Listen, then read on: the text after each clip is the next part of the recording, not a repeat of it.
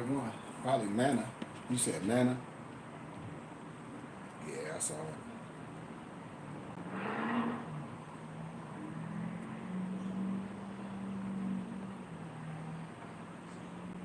Hmm. You can open it and see it. Yeah, it's the same one. Yeah, it's the same one.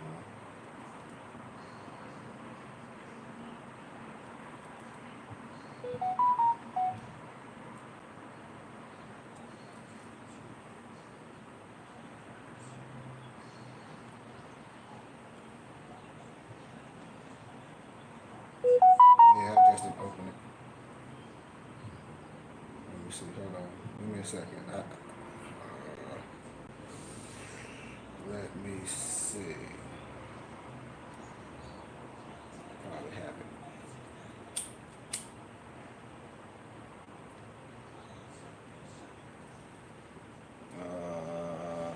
Let me see.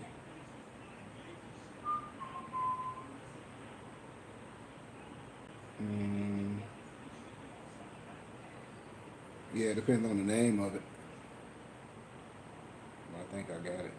I have to find it. Give me a minute.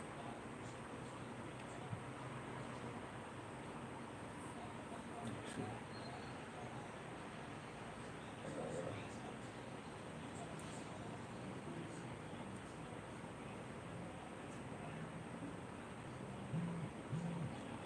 Let me see. Okay, I got it. Yeah, I got it.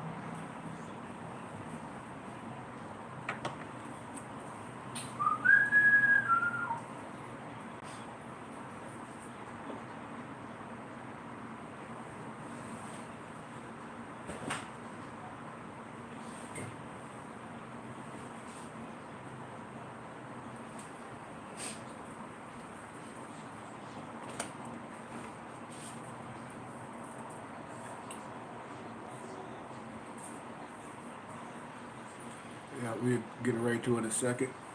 Peace to the tribe. Peace to everybody. I hope everybody having a good day. Just made it home, so give me a couple minutes and we're gonna get this started. But I hope everybody having an amazing day. Oh, hold on a second. Let me see.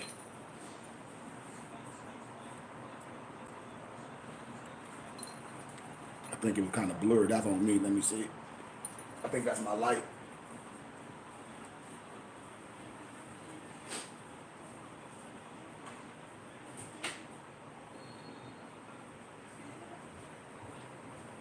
I think that's a little better. I think that's a little better. Give me a couple seconds. We're gonna get this on the road. Peace and love to everyone. Get your pencils and your papers. We're gonna have a good teacher.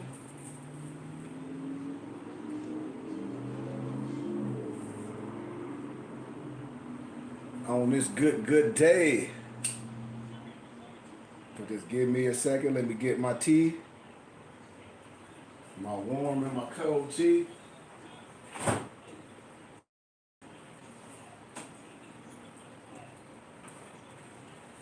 Gotta get my pressed tea.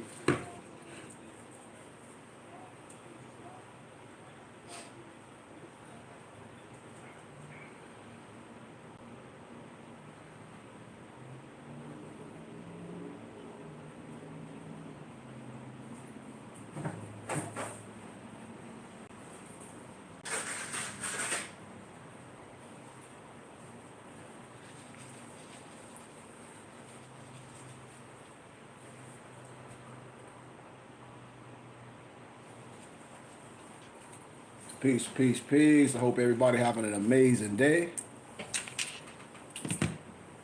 Those that's off of work, I hope you had a good, productive day.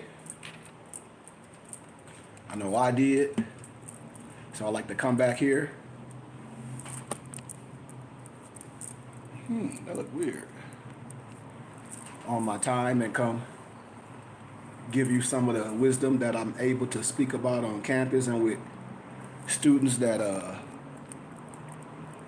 attend University of GCU and a couple other universities out here that I have the pleasure to be connected with a lot of students, and I'm their mentor and their counselor, and I help them study.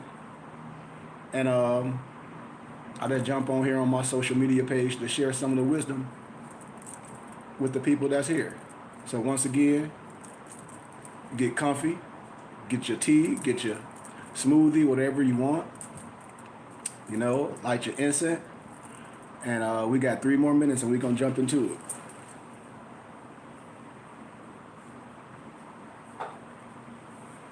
Yep.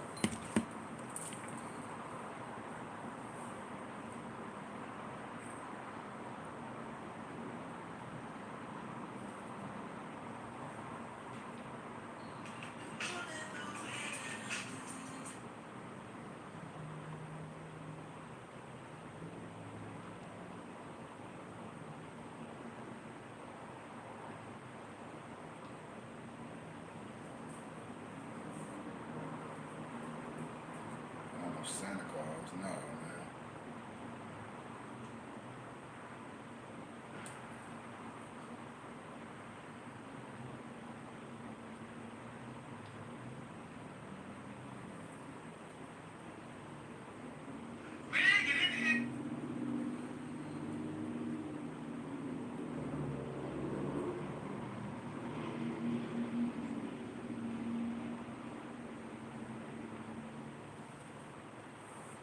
Yup. We got 2 more minutes and we're going to jump in. I'm just getting set up.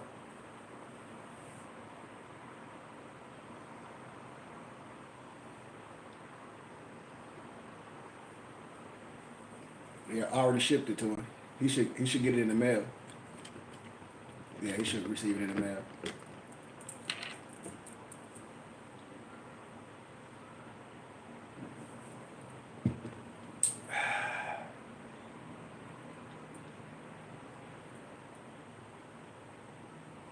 Right. On my page, my personal page.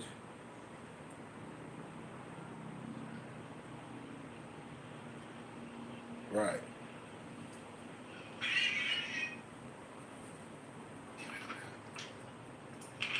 Mm-hmm. About like 1 more minute. I'll just grab the rest of my notes. You at the house?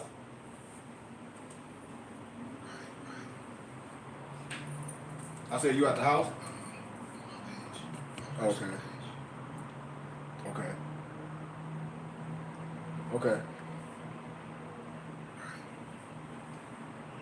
Right.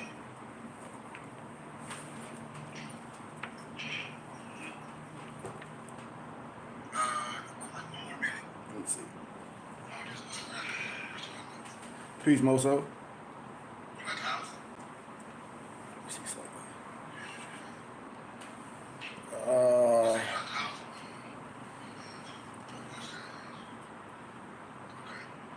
Get started. 1 second.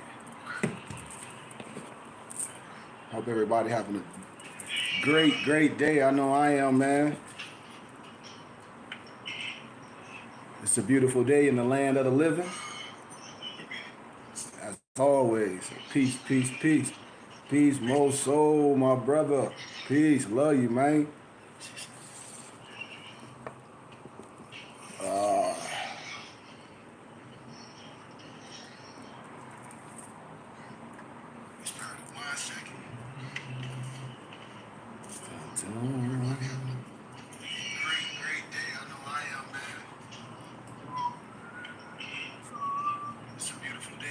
We're going to have a little conversation today on a few things that I was able to speak on today. As I said, it's always a privilege, man, to be able to go places where, you know, people want to hear you speak. And so it's my duty to come on here and deliver my message. That's my duty. As other things happen for me, I'm going to continue to be dedicated and consistent to what I started, because that's what growth is all about. And sometimes growth is debilitating to those that's not in a higher realm. So, yeah, man, we're going to have a good conversation today. We're going to talk about a little history, because it's always important. We always talk about the divine, but the divine and history go together. As I'm going to continue to speak about history and spirituality, which go together, to let us know we're not a 3/5 of a human. And there's so much stuff to connect. And like I said, as I continue to grow, as I continue to travel back to my home city of Flint, Michigan, and really do lead work and deal with the people, that's what this all about, man. And like Kevin Garnett said, everything is possible. We don't have to beg nobody for nothing. We have the power. It's the power of the people. And people should never forget that. We should know who we are. We should know who we are. We should tell people who we are. We should know what a nation consists of. And a nation doesn't consist of none of the things that you may think it consists of. And these are just some keys as we continue to grow and as things start to resurrect themselves back to understanding. And the understanding is, who are you? That's what everything is going back to. Everything is going back to, do you know who you are? What do you promulgate? Because I'm an American. And I tell everyone else, you have to know who you are. You have to know your family crest, your coat of arms, all those things. For no one can tell you who you are. I can't tell you who you are. I can give you some hints to say, this is who we are as a people, and you have to accept that historical concept, religiously and historically. And some of us are just blind. But that doesn't mean we're not going to continue to do this work. You know, so I want us to have a clear understanding of that, man. But as we prepare to give this divine message, man, I hope everybody just having a good day. Like I said, we're going to touch on a few things, because a lot of things come back to me over and over. And as I deal with different nationalities and different people of study, especially when I'm on the college campus, which that's one of my passions, you know, sometimes we just have to be introduced to it. A lot of melanated brothers, they diss things because they don't know, because you're not introduced to it. And a lot of times brothers and sisters are prejudiced and they may not even know it. Prejudice in the way of saying something is better than the other, and you may not even try it, or may not even took the time to see the language. And then when you look at the language, if your heart is pure, you'll understand that it's all a triple rose, and you're lost in mistranslation or mistransliteration. And we are being played. The misnomer black man is being played. And that's what I'm here to tell my brothers and sisters. I'm not here to argue with no troll. I block any retarded thing, but it's a history. And you can't put a people in a box when history connects all over. A lot of times when I lecture at GCU and other places, and you will see on social media, and you will see people talking about Tartaria or the Tartarians, but never really show the history and a scholarship. When I say, If we deal with scholarship, we can deal with all European scholars and see what they have said about history and about the Americas. But you always will get a Negropean or a European, whatever you want to call it, that'll come with propaganda and say, well, this is not this and that's not that. But then when you research the background and you see for history what's being hidden, especially if all of them are lower level Freemasons, it's a base understanding that every Freemason has. And this is just a fact. And then if you dealing with academia and you say you a historian, then that's a whole nother level. Even a biblical scholar as well. It's just certain things and certain tools that you can't arbitrarily explain or say, well, I don't believe that and the other. Then if that's the case, then you arbitrarily explain it and you're not in the realm of scholarship. Being able to be a teacher from no biasness. You know? So I just want to go over a couple things, like I said, because what I'm doing is courting my brothers and sisters. As a lot of college students did with me, you know, a lot of my work that I've done in academia, getting my dual master's degrees and lecturing and have to be manufactured in a room full of, you know, how can I say, those that want you to be wrong and rooting for you to be wrong. I'm the only one in there, you know, defending what I say is scholarship. And I've done it in academia. That's why I'm saying the power and in spirit, in the spiritual houses, being able to do this. So when we talk about some historical things, and maybe we never heard of James W. Lee. If anybody ever heard of James W. Lee, James W. Lee wrote a book. It got maps in it. Do anybody know who James W. Lee is?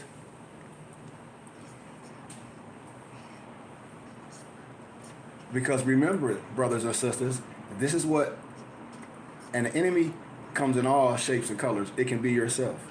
The enemy always comes in a fashion of hate. You know, like I give analogies like someone hating on Michael Phelps because he's a great, amazing swimmer and they can't swim.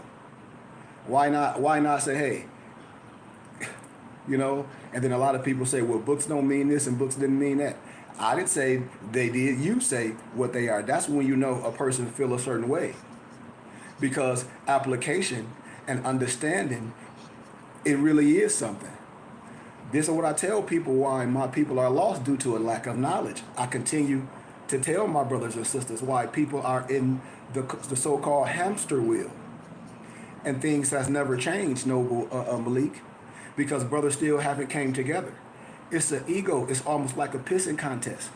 It's almost like in the ancient days when they threw everybody in the pantheon and made us all compete, an ego. And we still are lost and separated, but we're so close together. And this is the things that I'm able to speak on in academia and with different nationalities. I'm in a red state. Here it is, little old me from Flint, Michigan, that people know. I have hundreds of people under the sound of my voice. A master's degree, wrote a plethora of books, over 20 books,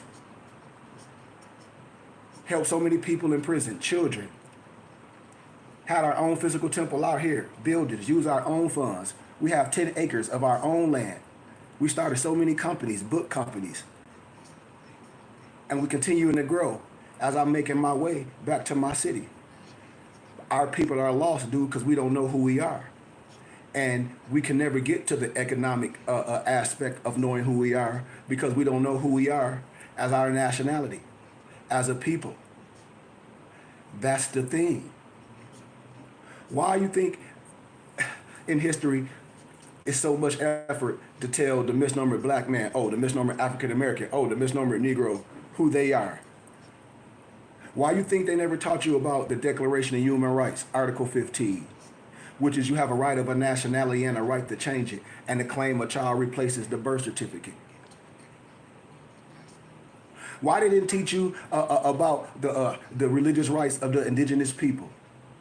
Why they didn't teach you that black has no standing in law, that's civil mortis? Why they didn't teach you that the only people that ever got paid for the misnomer black man is the person that created them?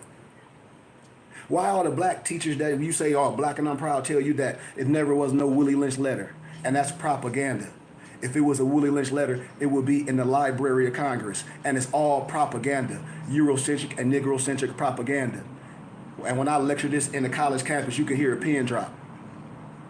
Why? When I tell you there's no such thing as no Willie Lynch letter. Huh? No such thing as no Willie Lynch letter. All the rappers, Talib Kweli, even I love Farrakhan, but that's Eurocentric propaganda. There's no such thing as a Willie Lynch. Black wasn't used to describe ethnicity in the first century. It was only to describe when the black curtain came down in theater. Nobody in the first century called themselves black. So when people say ancient black, it ain't no ancient black. Do we know what misnomers are? No, we don't. We steady arguing over of a man-made religion. And when your brother is educated in this, is a scholar in biblical history, in world history, in finances, this is what I'm talking about. We have the power. We have the economic power. And when we come together under our religious rights, our dollars are tax exempt. And that's how we build our infrastructure.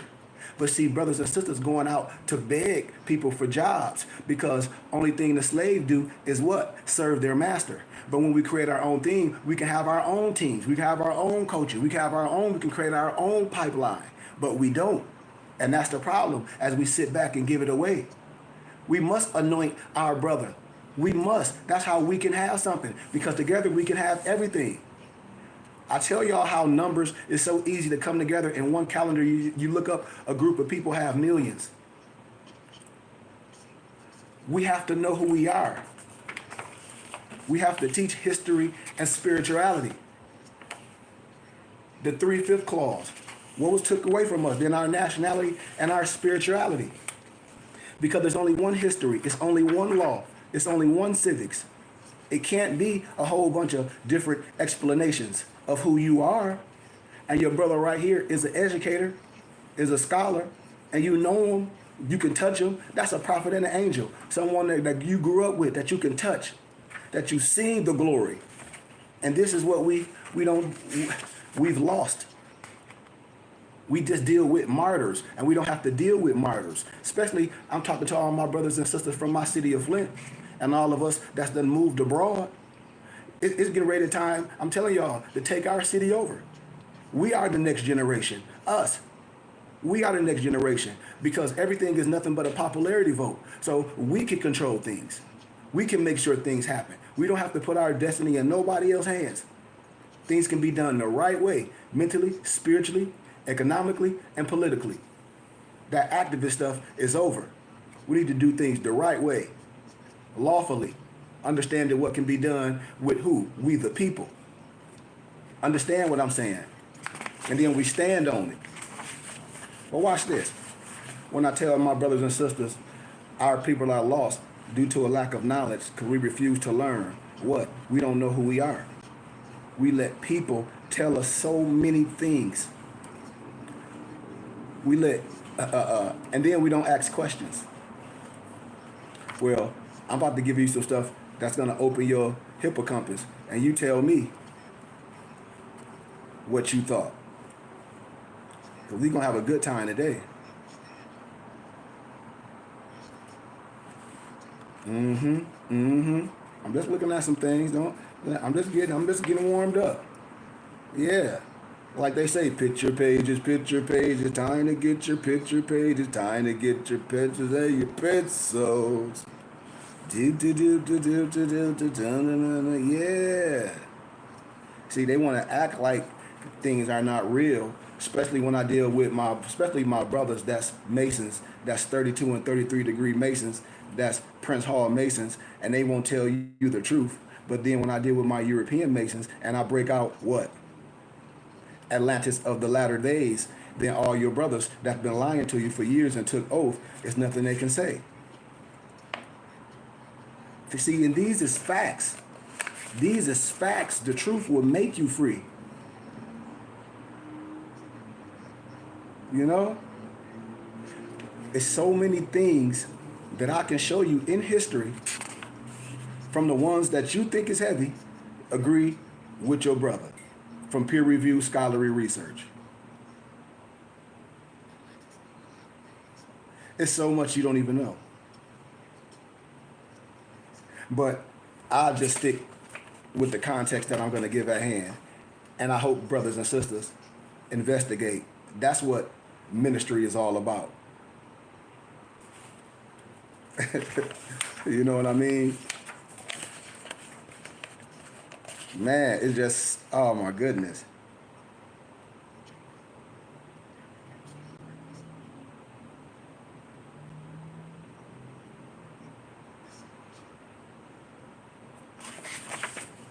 All right, y'all will have to get in that. Let me get to the good stuff, y'all. Let me get to the good stuff, man. I'm sorry, man, 'cause it'd be funny because I've done this a plethora of times and it fly over so many of my brothers and sisters' heads. So let's deal with a little bit of history, right? You know how we say history is lied and agreed upon, right? History is lied and agreed upon because it always make you and take what you are and make it derogatory and make it bad, you know? But I'll just give a little bit. It's a book called The Chronicles of the Border Warfare by Alexander Scott Withers. And in academia, I always give a reference for people can look these up and see what the other writers said in history. History and law and civics and spirituality is like a puzzle. You know, once you have an eye to see and once you introduce to the wisdom, you know. But it's a book. And what it says that the Tartarian Native Americans are considered Israelites. It's very possible that the true Israelites are Scythian, Tartarian, based on older maps, as referenced when Tartar, Scythia, encompass all of Russia, parts of Europe, and Asia. Seemed like this in an open secret with the Native American community. It's more than one nation in America had Scythian or Tartarian extraction. Native Americans were trafficked to other parts of the globe. Remember? Y'all got to know this in history. The Spanish Inquisition, including China. Native Americans resembled that of Scythians, Tartars, and Samoan people. Continent of Brazil was peopled by Carthaginians and Israelites. Israelites meaning people of the north, aka Scythians. And Native American descendants were possessed of an extraordinary divine spirit by which they foretold future events. And this is what was transmitted to their offsprings, provided they obeyed, you know, the sacred laws that was passed down generation and generation. That's why I say history is lied upon. It's absolutely nothing wrong. Absolutely nothing was invented or discovered by scientists and intellectuals of the 19th and 20th century. Nothing. The high civilization of Tartar, the Aryan extracted electromagnetic energy from the ether through the star fort strongholds. That's why you see when I show y'all domes and temples and towers and minarets and obelisks, what do y'all think those was for? That's why a lot of them was made of copper. When you see a lot of the stuff is base copper. That's why I tell brothers and sisters, you have no idea of the power and the energy. That's why they threw slavery, and that's why they let Alex Haley come with that stupid ass, excuse me, because I didn't say I wasn't going to use no foul language, excuse me. Apologies for my candor.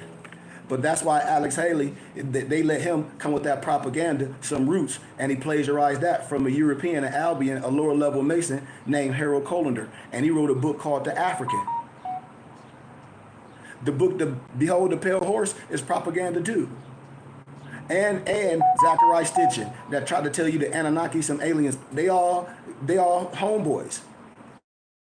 I know I'm 99 degrees of ancient rite of Memphis and Mizraim, Philosophical Research Society, you know, in Los Angeles. And I know what I'm talking about because I have the science. And the energies was processed and stored in troyide coils at the power plant summits, covered with copper, and always positioned below the towers. So you know how they be rotating and things, you know, inside coils, magnetic fields. Just like when you see my man that's with Trump, I forget his name. What's his name? I forget his name. I got so much on my mind. I'm gonna show you this. I say doohickey, but it's like a little. It's similar to an obelisk. I don't have time to go grab mine, but I'll show you some things that they know exactly what I'm talking about. They know exactly what I'm talking about, and they throw it back to you as spookism or something stupid. But they have to put it right in your face, and it be sitting right in your face all the time. When I show you it, people be like, yeah, I saw it on this desk. And I'm like, yeah, I know. Copper has a high electrical and thermal conductivity and has been mined since the beginning of human history. You know, when we talk about Venetians or the Phoenicians mined copper in the New World, which we call America, and Cornwall, copper ingots used in the so-called Middle East and Europe complex were mined and melted in facilities in Americas. According to the American Indian oral tradition, copper was mined by, they say, red-haired, white-skinned marine men who came from across the sea. But hey, we're not here to have that discussion. We can have that discussion at a later date.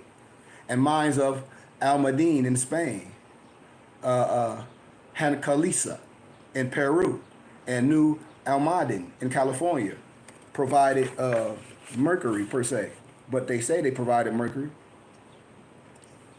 So I just wanted to give that little highlight because we want to get into, I just want to give a little bit more brief history as we get into a little bit more. The different accounts of the same historical events are often assigned different dates and locations by historians and translators, creating multiple phantom copies of these events. These phantom copies are often misdated by centuries or even millennia. I can show you how they do that, and it'd be right in your face, and end up incorporated in conventional chronology.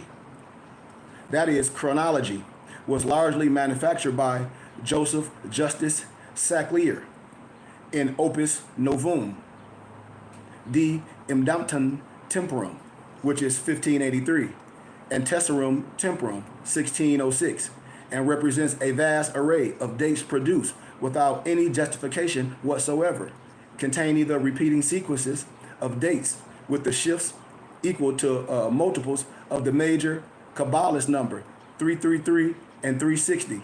Just like when I show y'all Flavius Josephus per se, I can show y'all how they added themselves in. Yeah, Elon Musk, that's right.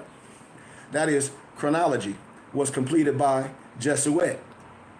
Remember, I told y'all the book, Dionysius Petvis, De Doctrine Temporum, in 1627, Volume 1, and 1632, Volume 2. These are a lot of things I was able to lecture on the college campus, and you could hear a pin drop.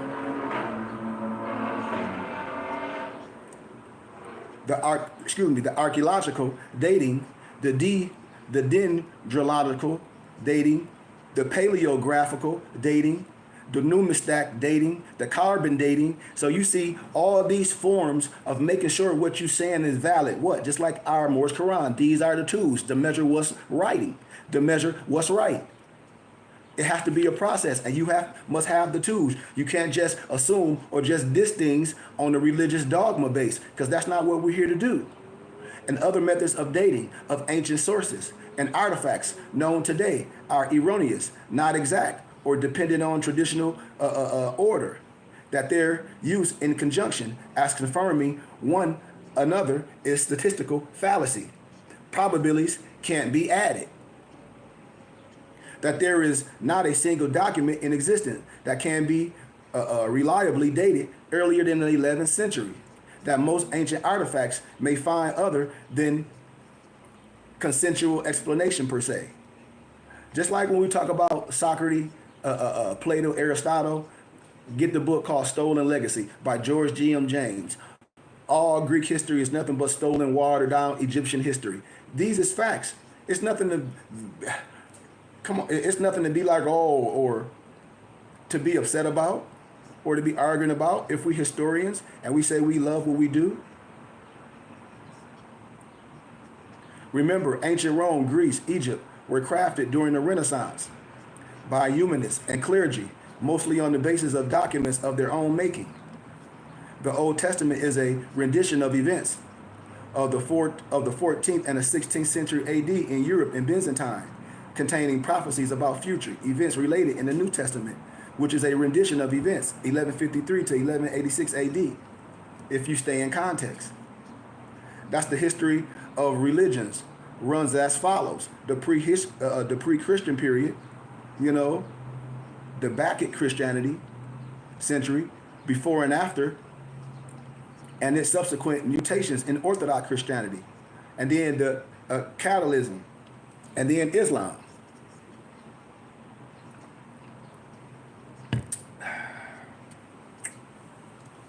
That the most probable prototype of historical Jesus was Andronicus, allegedly AD 1153 to 1186, the emperor of Byzantine, known for his failed reforms. His traits and deeds reflects in biographies of many real and imaginary persons.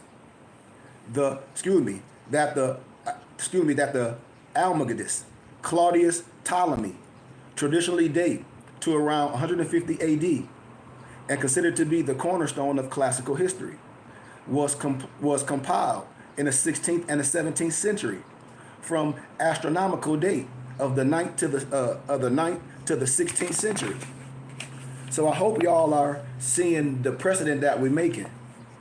That 37 complete Egyptian horoscopes found in Dendera, Isna, and other temples have unique valid astronomical solutions with dates ranging from 1000 AD and up to as late as 1700 AD.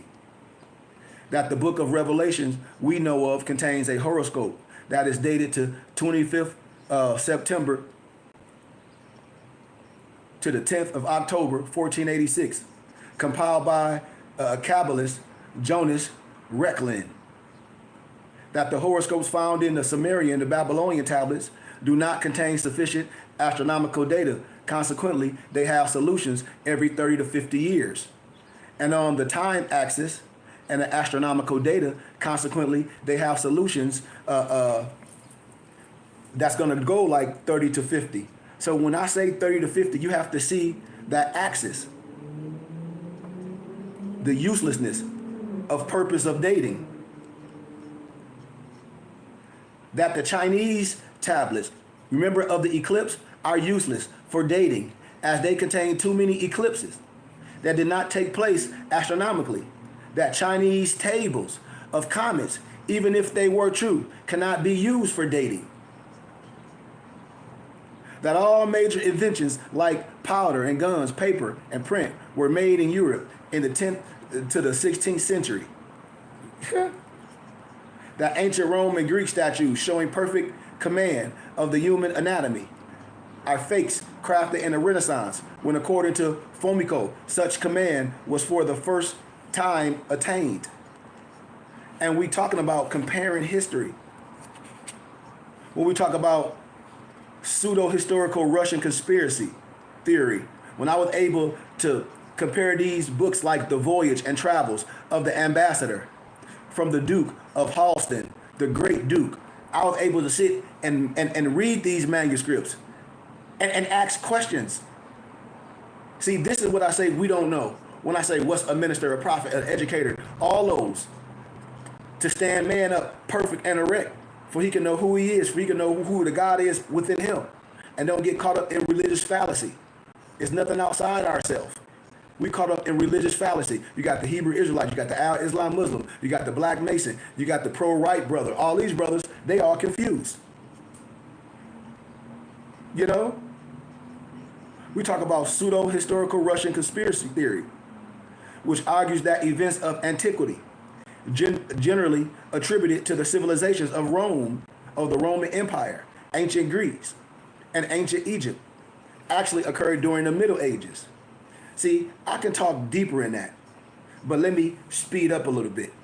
He claims that Jesus lived in the 12th century AD and was crucified on Joshua's Hill, that the Trojan War and the Crusades were the same historical event, and that Genghis Khan and the Mongolians were actually Russians, that the lands west of the 13 colonies that now constitute the American West and Middle West were a far eastern part of the Siberian American Empire prior to its disintegration in 1775, and many other theories that contradict the conventional historiography, to say the least. When I talk about fake history, watch this. We ain't even got deep yet, because I want to fast forward it. Everybody be saying the Moors this, the Moors that, or the Moors not this. No, Moors are not these sovereign citizen criminal Negroes that you see on the internet talk about they want to overthrow the government, talk about they not Americans, they some goofy ass foreign national, and they want to expatriate from the de facto government. And then I say, well, when you expatriate from the de facto government, smart guy, who do you have allegiance with? You don't have no dual citizenship, because I'm an American. I'm proud to be an American. See, that's the problem with a lot of these people. They lost due to a lack of knowledge because they refuse to learn. You're dealing with a lot of people that's ex-prisoners and people that dropped out of school in the 3rd grade. It just reminds you of In Living Color when the Wayne's brother was locked up and he was the Muslim brother and he was using all those big words that mean nothing. Like a lot of these people you see on the internet when they get pulled over because they choose not to have no driver's license and choose to spend that money on a stack of papers, and you talking to a cop that went to training for 2 weeks. Do you know the law? No, he don't know the law. But I ask you, when you put your shifter in gear to move, do you put it in travel or drive? Because I put mine in drive. But I ain't going to argue with none of them brothers. But since Moors were Tartarians, according to the Gothic architecture all over the world, but mainly in the Americas, this means that the modern day Europeans did not build any of these Greco-Roman Gothic structures in the old world, because a previous advanced American civilization called Moors, M-U-U-R-S, or Moors and Berber Indian, all one and the same people. So when I show y'all ancient, I'm gonna start showing y'all these ancient Bibles that I have. And it shows that before the so-called Indians and the Vikings, it was an ancient people that built a lot of stuff. And the mound builders, the Moors. I got the books. I got the old dictionaries. And that's why I be laughing at people, especially our own sisters, because somebody sent me a TikTok video of a sister, and she got a little caricature of melanated people. Some got the Fez on, some got Indians on. And they up there, to me, she making a mockery of herself. You know, and I say all this stuff is propaganda. Why would people play themselves like that? And then it can easily be shown that you were all that. And that's why I say it's going to be a lot of people that fall with the Titanic. A lot of men and a lot of women. Especially a lot of women. No disrespect. Especially a lot of men. No disrespect. But to get on the internet and show for your hands like that's the sad part of us. And Berber Indians in India, all one and the same people, because they are both the Khmer, the Khan, the Kim, the Shem, the Cam, the Ham, the Sam, the I am, people from India, superior that civilized the world. And I can show you right in the Bible. That's how I'm telling you. And then I can go more historical and get into Russian icons by a European Russian scholar, Vladimir Ivanov. He tell you who the Russian icons are, the biblical people. When I show y'all, Saint Mark and all them is melanated. The old church fathers, Joseph, all his stuff, all melanated. And if color didn't matter, why they just didn't tell the truth? See, these is the facts. And I ain't coming from no disrespect, because I ain't on nobody's side. It's a map of India superior in the Americas. This map is very significant because it demonstrates that the Americas is Asia Major, Asia proper, aka the Oriented, the East. And it actually makes perfect sense that the ancient Greece and the ancient Rome was an old world America, because the Americas is the true old world and the birthplace of civilization. And as we already proved correct in other lectures and things and teachings, the Americas is Atlantis and the origin of the ancient Egyptian civilization. That's why when you get on social media and you see, no disrespect, Europeans and Negropeans, Tartarian ain't real and all this. Yes, it is. Yes, it was. Just like other areas in the world. Just like other things that was destroyed. But we can start doing the research, and I give you the things to compare to. You don't got to listen to me. Do the research. This means that everything in the Near East is just a reflection of the great Westerner, the Far East, the Oriented, Also, they found Greek and Roman coins in the Americas. So there is nothing new about the Americas, and Greece and Rome was also in the old world America. And it's hard for people to understand that everything in the Near East is just a reflection of everything we had first in the Americas. These is facts, including Egypt, Atlantis.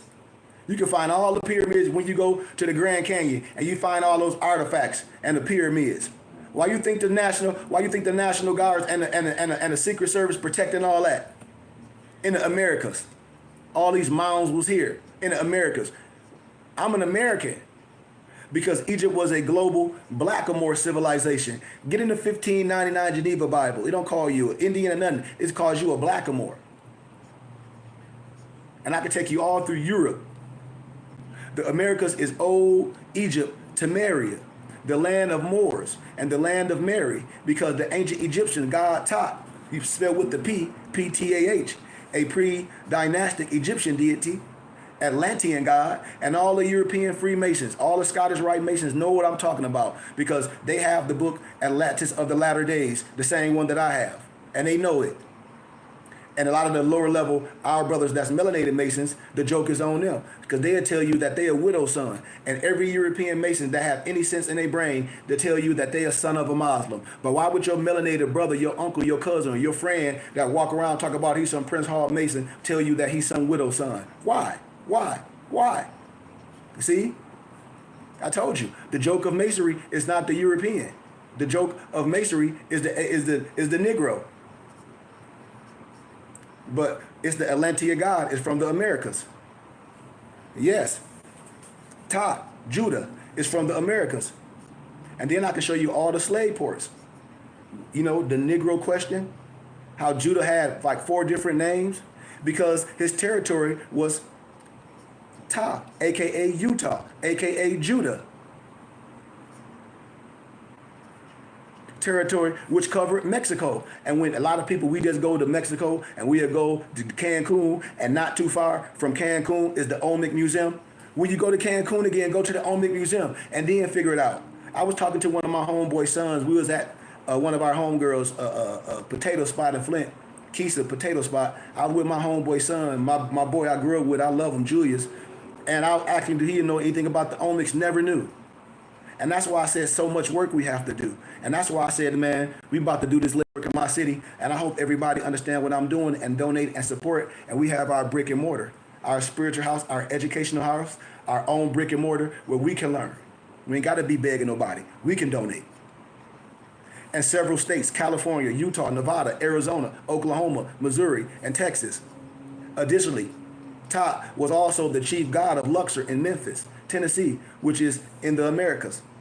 When I talk about the ancient and modern Memphis and Mizraim, you know, it's a UK flag in 1801. It represents a lot. Combines St. Andrew and St. George flag. 3 typical Masonic colors. Most powerful nations: blue, white, red. UK, USA, France, and Russia. No disrespect. White represents pureness, sacred command. Red represents legislation, control, financial. Blue represents military power, like the NATO flag per se. Octagon Templar symbolism is clear on the Union Jack flag. As UK, London, it's the core of actual royalty. Remember the beehive for the queen bee, right? Or the bee queen per se. But what you got to understand is that in old times, with misnomered black people's nobility, as it seems, has been erased out of the official history. But we got all the history. Nobility, noble comes from celestial heaven. So people relate it to the stars. The Nibo in Russian, the heaven, Nibelungs, sagas from Germany can be explained through the etymology. Specifically on this, because the bizarre fact that the coat of arms of Germany, just like y'all see my coat with my coat of arms, my family crest, I challenge everybody. I had a sister crying. I said, "You not no nigga. Why you gonna let somebody tell you your last name is a slave? Your last name is the name that your mother and father gave you. The copied you. Your last name is the coat of arms, your family crest. Your last name is your coat of arms, your family crest." Hold on.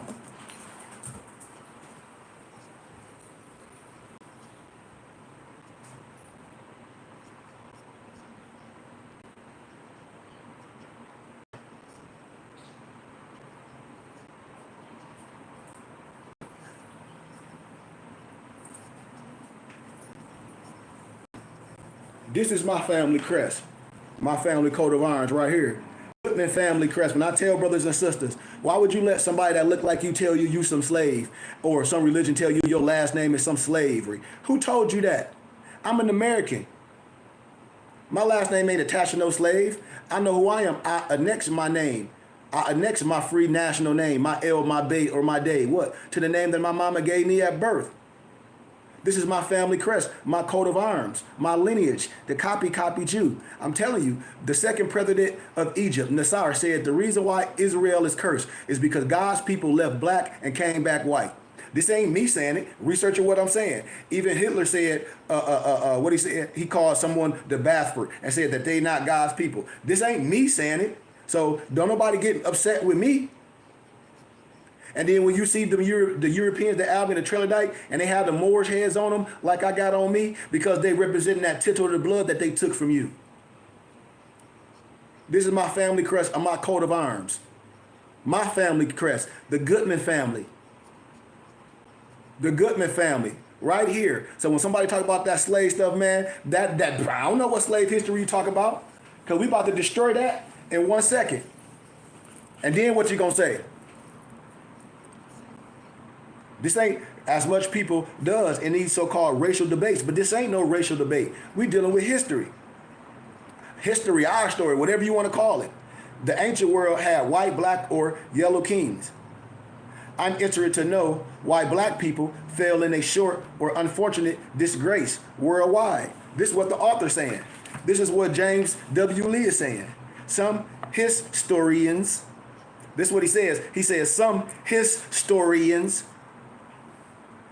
argues that those black people, the coat of arms, so many in Germany, for instance, can be explained simply as a little faction of nobility gained through war, as black people were used in military forces. That's just like they tell you when you go to the Netherlands and Swarty Pyatt, Black Pete. They won't tell you the true history of that. They won't tell you the true history of Saturnalia and all that. Why you think you go to Corsica and the flag is the Moor's head with the bandana not over his eyes? He can see now. But as we know, aristocracy is a very closed circle. I can understand they were used in war and rewarded. When I show y'all how a lot of people got caught up, when I showed you what they don't teach you in history, yes, the slave ship of Jesus Alembic, a lot of them don't use Doris Moorheads and stuff to capture people. Things of familiarity, just like in the Congo when Leopold used the fez, and you hear these goofy Negroes, the Moors killed the Africans. No, Leopold did it. I know Negroes that sell out for anything else and snitch on their mama. Here it is, a European Leopold from the Congo with the help of Belgium with all the money came out there to destroy a people, and we gonna say and turn that on the people? Some did it by force. That's the whole thing. Conquering the people. And people sell each other out right now. People on the internet gangbanging over spirituality or religion or fake history. That's the crazy part about it. And the powers that be is laughing at us.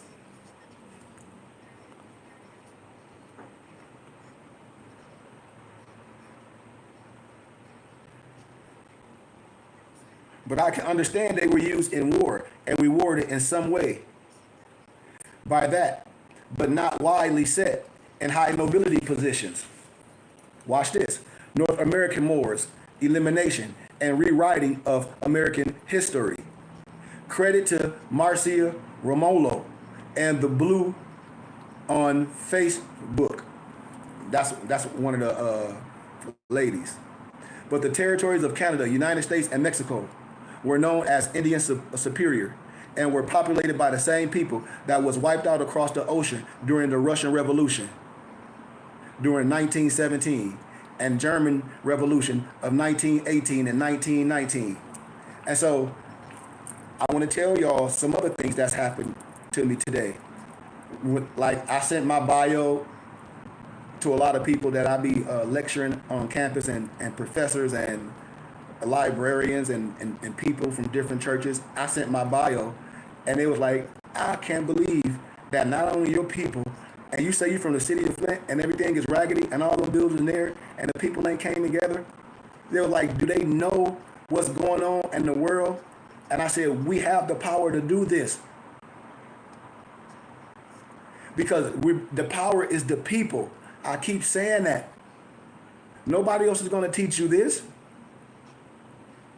The Russian Revolution alone may have exterminated a 5-decade-long bloodbath that slaughtered 100 million Russian Tartarians.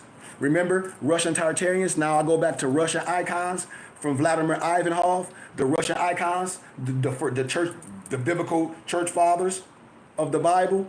And then we go back to, we can prove that the misnomer black man is the father of civilization, proved by the Bible. And then we can go all historically and show you the death of the Messiah all through history, how the powers that be always was to assassinate. They tried to assassinate Dick Gregory. They tried to assassinate Marcus Garvey, M.L. King. It's so much that in history, we can pull up the records of exactly what I'm saying. And so what my brothers and what my sisters be saying, and when I out here in Arizona, which is a red state, we must come together. That's the only way we're going to be able to show the world that we can take over our nationality and our spirituality. We got to stop dealing with these goofy preachers that just telling us something about us bad. We got to stop letting these people speak for us, and we ain't voted for them. And if we did vote for them, shame on us. And this is what I'm talking about. We must come together. See, listen, brothers and sisters, these old people, they got to sit down. And when they sit down, who's going to take over? We got people like myself and others that can put people together. We can run our community. Just like the European Jews run it. How? Lawfully. When you look at people background, then you look at politics, and you look at people backgrounds, and you look at your brother background, you like, well, my brother got a master's degree, a degree in business. Only like we can do something. It's the power of the vote. I'm telling y'all, man. Let me tell y'all something. When we let people come in our city as how can I call it? Agitators, because I got to get back to the teaching, because I want people to know this is what's going on in my city. I get so much stuff sent to me. Like when I'm getting ready to go back home and have a whole article wrote up from me from M Live. It's a lady that I graduated from Clear University that's going to do a whole article of me. She said we did an article in the Flint Journal of a friend. Well, I ain't gonna say a friend because I don't know. Everybody don't know. I don't want to try to connect things, but somebody in our neighborhood, they did a write-up, and she was like, we definitely want to do that for you, something that we can talk about in the story. But what I'm telling my brothers and sisters is that we have our own people fight for us, because at the end of the day, people can leave. I hope I'm making sense to my brothers and sisters. It's power in the people. We have the power. We have the power. See, it's just like in the city of Dalton. You know, see, that's where the brother come from, and they had Tiffany Hanner. And I tell people, listen, who voted? Because I know I deal with law. I don't deal with how people feel. Emotions get your ass locked up. On the internet, barking and showing both of your hands to get you locked up. Let's deal with law and policy. We don't have to talk about everything on the internet. But what I'm saying is, when you look in the community and it's melanated people, and you deal with the stats and the numbers, and you might say, and I'm just throwing it as a number, it's 1,500 people in this small area, and then you see only 100, and you see 200 people voting, and then that person won the vote 150 to 50, and then when the smoke clears, everybody complaining all this, but then remember, it's 1,500 people in that city, and only 200 people voted. You should have voted. Then they talk about all we this, that, and the other, because we don't understand civics. We don't understand agenda. We don't hold the people accountable. I ask people, how many city council meetings you went to? I ask people, what's the budget? What you mean the budget? Follow the drip. What you mean the drips? Kari, Sheik, the money. Let's follow the money, because when confusion happens, that's when money is being mismanaged, and you can't hold no one accountable. Why? Mismanagement. Why? Look at what's going on. No one can be held accountable. So then what we deal with, excuse my candor, Negro stuff. We deal with advocacy. We deal with these people as activists, acting like something, but it's not part of our community. The brother can't, like I be saying, if we not doing it, why would we stand behind somebody that can just jump up and leave? And I know what things come with the territory. I know things come with the territory. I be saying everything about what if somebody else took that position and you over your head. Because a lot of these people over their head, they won't admit it. I tell you, everything in our city of Flint is just a money grab. And it's just messing the city up. Everything's supposed to be for the people. What I'm saying, if the city councilman and the damn mayor can't get along, nothing's going to be done. So now you got to see what's really going on. You got to clean all house. Why? Because everything is being mismanaged. This is what I'm saying is power in the people. We must stand behind something that's real. And in our city of Flint, the spiritual aspect is over. Because all my brothers, we damn near 50 years old. I know we ain't no street Negroes no more. I know we said we believe in God and all this. We don't got to support nobody else. We can support our own. We got builders in our neighborhood. We need to sit down and come together like, man, let's do this. And let me show you how to do something. I tell people, you donate, I can give you a tax exempt receipt, just like everybody else. I can sit down and show us something, how we can do things in our community.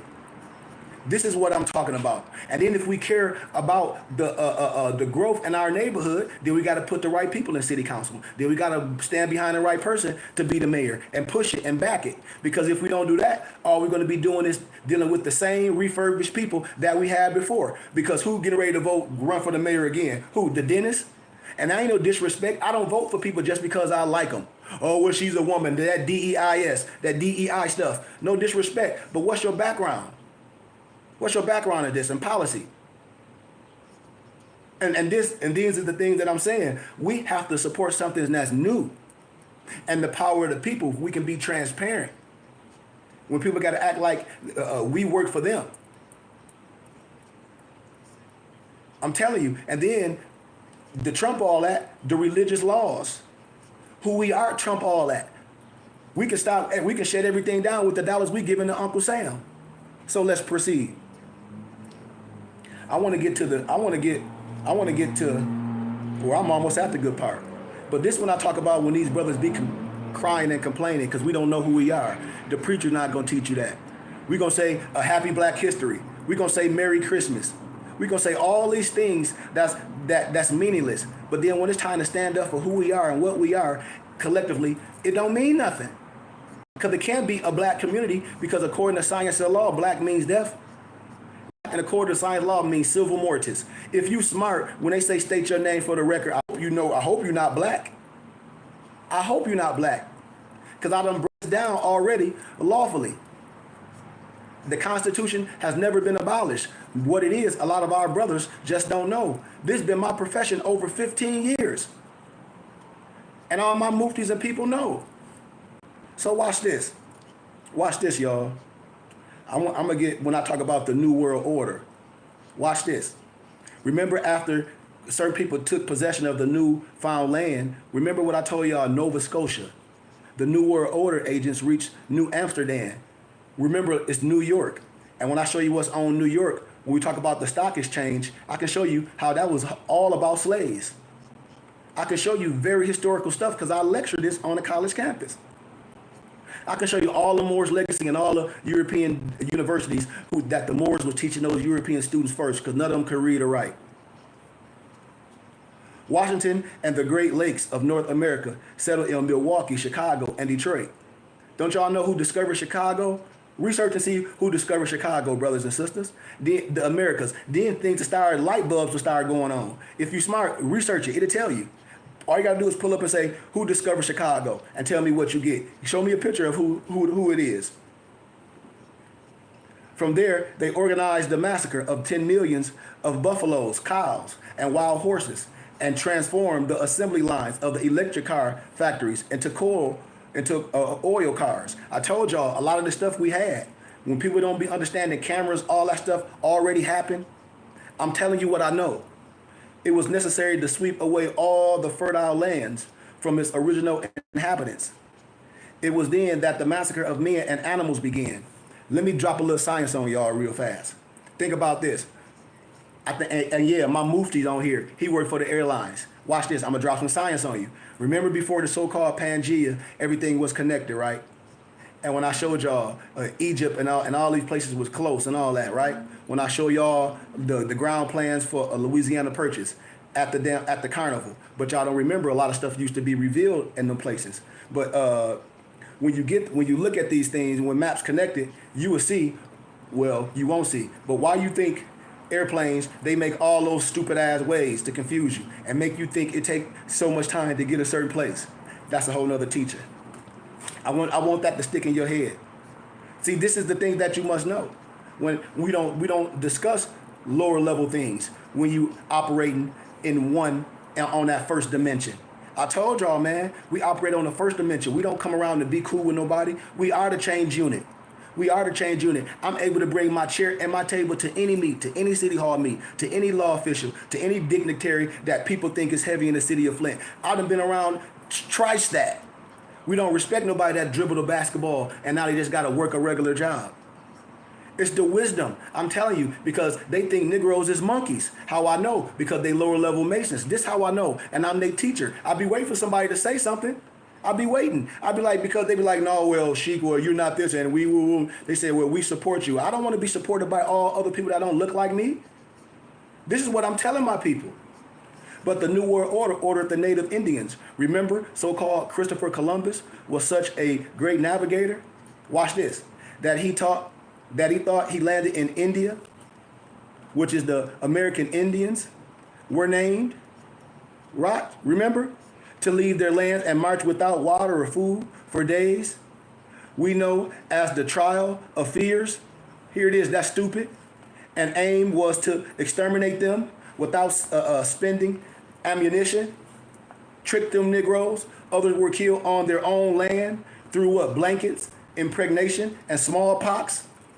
See, this is history.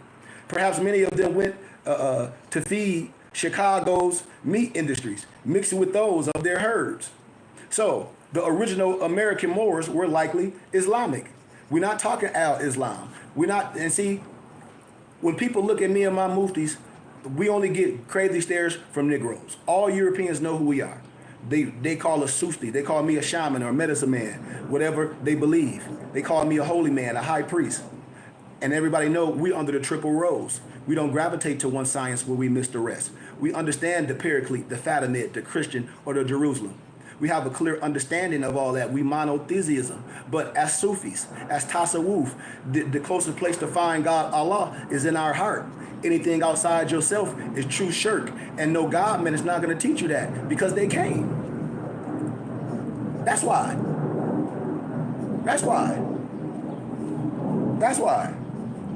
Islam was in America and had a big influence on America because you have a total of 565 names, 484 in America and 81 in Canada, of villages, towns, cities, mountains, lakes, rivers, etymologically Arabic, which were designated by locals before the arrival of Columbus. And many of these names are in fact the same names of Islamic places, like Mecca in India, Medina in Idaho, Medina in New York, Medina in Hazen and in North Dakota, Medina in Ohio, Medina in Tennessee, Medina in Texas, Medina and Arva in Ontario, Mohammed in Illinois, and Mona in Utah are just a few noticeable names at the outset. And then when you take a closer analysis of the names of the native tribes, will immediately reveal their Arabic etymology, ancestry. Anasia, Apache, Arawak, Arcana, Chauvin, Cherokee, Creole. And then I could talk about the 5 civilized tribes. No one ever told you about the 5 civilized tribes? The Hoopa, the Hopi, the Maka, the Mohawking, the Mohawk, the Nazca, the Zulu, the Zuni, a few. Islam was everywhere in the Americas. Even Credo Matul will tell you that we already had Islam first before there's some, no disrespect, pale Arab tell you something outside of yourself. No disrespect. Because we knew God was in one, we already had it. We already knew all this. We already had it. We already had it.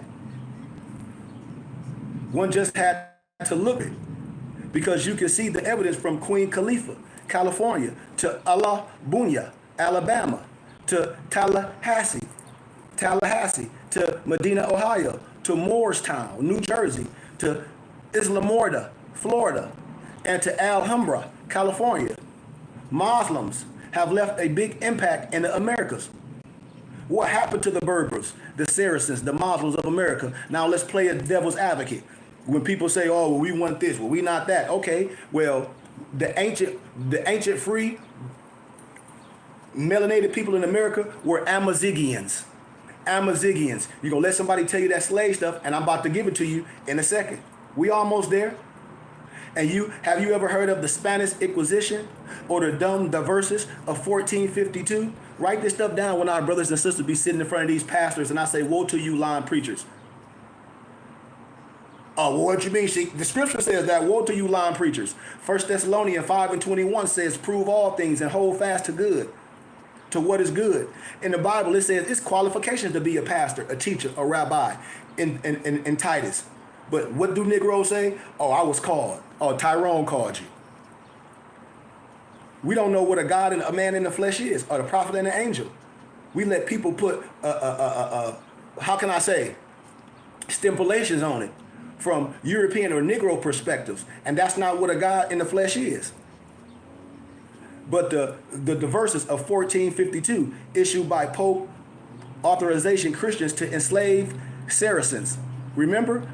Authorized Christians to enslave Saracens, just like the Protestant Christians, just like the black Christian codes. Research what I'm telling you. And non-believers, and to take their lands, because no one disappeared. It's just that everyone had become ignorant. There are over 500 cities and towns in the United States named after Muslims, and a huge part of Europe as well. Because in the history books and in education of today are all manipulated.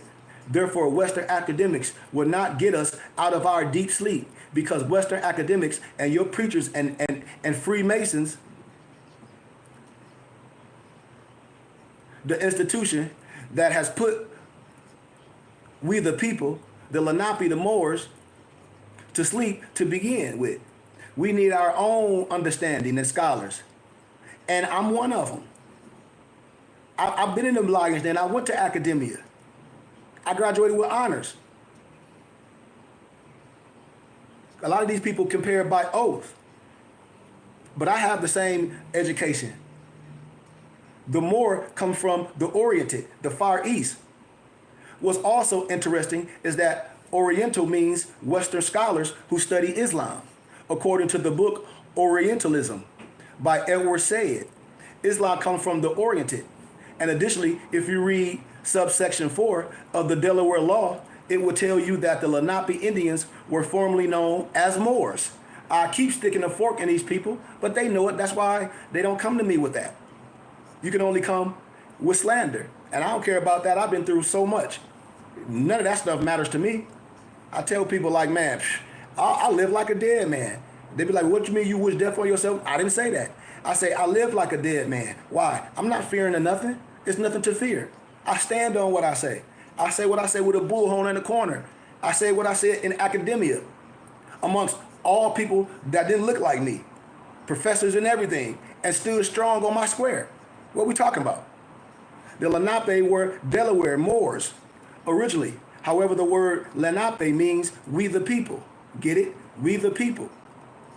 The preamble of the U.S. Constitution, or the true people. I tell y'all, the Constitution has never been abolished. Why would we stand behind these people talk about we black? We ain't no black. The Constitution has never been abolished. What's in the Declaration of Human Rights, Article 15? Nobody know. What's the House Joint Resolution 75? Nobody know. What's the religious rights of the indigenous people? Nobody know. So to say you black like that should be crazy. That means you admitting you a slave. That's the craziest thing in the world. No, it ain't. Yes, it is. Facts. I just broke it down. So why would you want to be black? You can't even give a reason. Black is a misnomer. In accordance of law, in the standing of law pertaining to nationality, black is silver mortis. You know what that means? Research it. Lenape also means serpent, dragon, naga, nigga. Remember I showed y'all how the young European, the Albion, the little troglodyte, smart young man, he was in a spelling bee, and the referees asked the young man to spell naga, nick, nagas, and the little boy was like, well, can you put it in a sentence? Can you give me the etymology? And he said ancient people or blah, blah, blah. And he used it in the sentence. And the boy spelled it the right way. He didn't spell it like nigger or niggas. Research what I'm telling you. Research what I'm telling you. Likewise, Indian names like Saxus and Dakota also mean serpent or dragon because the Moors, Indians, named themselves after the serpent wisdom that we worship when Moors ruled the world. Remember Amazigians, and they stole that and put it in the medical field. You see the medical trucks with the serpent on it, but you think it's something evil. That's why certain things you're gonna see, I have the serpent. I'm giving y'all ancient wisdom. I'm telling you, these are things that I was able to be initiated under, and I bring it back to my people. Now it's time for us to have our brick and mortar and use our dollars, our economics to build an infrastructure, the same way everybody else had. But where does Islam come from? Did it come from Mecca, California, Mecca, India? That's not the topic that I want to say. But in the eyes of the hijacked Hebrew Templars, all this stuff, the land was in possession of the Muslims. So it's a 1597 map of Granada, and you can see different things. Like when I talk about pomegranate Spain. So I want you to keep that in your head because I'm about to give you all this last piece and we out of here. And we can open up the floor. How they destroyed the identity of the Blackmore Tartarians. Watch this. The Los Angeles Times, June 4th, 1990, reported that when Napoleon visited the Sphinx in 1798, everything but the head was buried in the sand. His soldiers repeatedly used the Sphinx for target practice. While the Sphinx had already suffered nose damage prior to Napoleon, the greatest destruction took place during Napoleon's occupation of Egypt. Remember, I told you, the book Stolen Legacy, it shows you that Greek history is nothing but what? Stolen Egyptian history. No disrespect. The European, the Albion, the troglodyte haven't created nothing. No disrespect. That's why even the book of Maccabees, it tells you that the Gentiles, the heathen, tried to whitewash themselves in the history books. And then I show you how they in all the tombs whitewash the history books. I show films in academia, this is proof. And then I showed you that they, no disrespect, Anglo-Saxon, no disrespect. When they be saying that you are this or you come from some monkey, misnomer black people come from God. We don't have any Neanderthal blood in us or no Neanderthal DNA. And I can get my European professors. They said this is no biasness. You can speak on this. It's a couple people have a Neanderthal DNA. Albion, European, troglodyte, or Asian. It ain't no disrespect. So when people say we all the same, clearly we not. Why? Because science says. So don't get mad at me. Listen, truth will make you free, what the Bible says. Truth will make you free, and truth has no size. As documented by Tony Browder and testified by the collections of the Sphinx portraits he assembled on page 225 of his book, The Nile Valley Contributions to Civilization. The 6 portraits drawn over a period of 100 years. Hold on, y'all. Yeah, here I come.